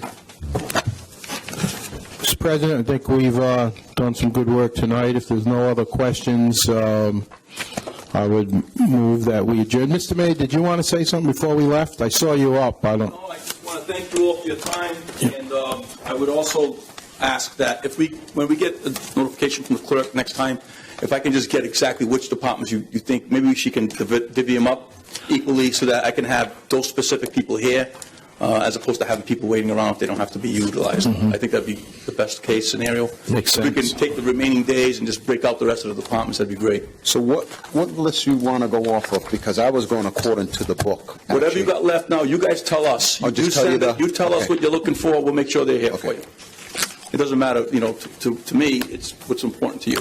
Can I recommend that whatever we tell the we mayor, should we just set- make sure we make good use of those people's time? So I don't want to, if we've got to go to 11:30 or whatever it is, then if they're coming, let's do it so they don't We're have to willing to wait. stay here till past midnight. I think this is an important process that we're willing to work through. And when I was at the State House, sometimes you'd be out there till 2, 3 in the morning, until you got your budget ready. So we're willing to work with you guys. I'm looking at. Yes, sir, thank you. All right, so what's left? We got Law Department. What was next on the Law list? Department. No, by according to the book book. law. I Yeah, was going so for- we can do it in any order we want. Yeah. Laws, if you want to follow the book now, law would Probably be follow the next. book, it'd be easier, I think, I- and just give you yeah. those numbers, so. Right. So we would start with the law department. Law Department, canvassing, financing, Tax collector, tax tax assessment. collectors, and tax assessor. So Patricia, if you're writing down, if you want to, we're going to start with the law department, page 25 of the book, and we're just going to follow that order. So the next, is canvassing is next. Whatever is next, I don't know if you want to assume we'll go through 4 or 5 next time. You could have 4 or 5 of the department heads here. Floor department, canvassing, finance, tax collector, tax assessment. I don't know how far we're at. I'll get that right over to you. So if anyone like to make a... Those last 3 are me, so I'll be here whenever, so. Okay. Just want to make sure I go last, because I'm going to be here. It's unfair to have somebody sitting out there while you're doing me and Joe. Okay. Mr. President, I move, On that. I move adjournment. Okay, we have a motion to adjourn, I'll second that and we motion. have a second to adjourn. Roll call vote, please. Councilman Cahoon. Aye. Councilman Morado. Aye. Councilwoman Souza. Aye. Council Vice President Rodrick. Aye. And Council President Brito. Aye, thank you. Till the next time. All right, yes.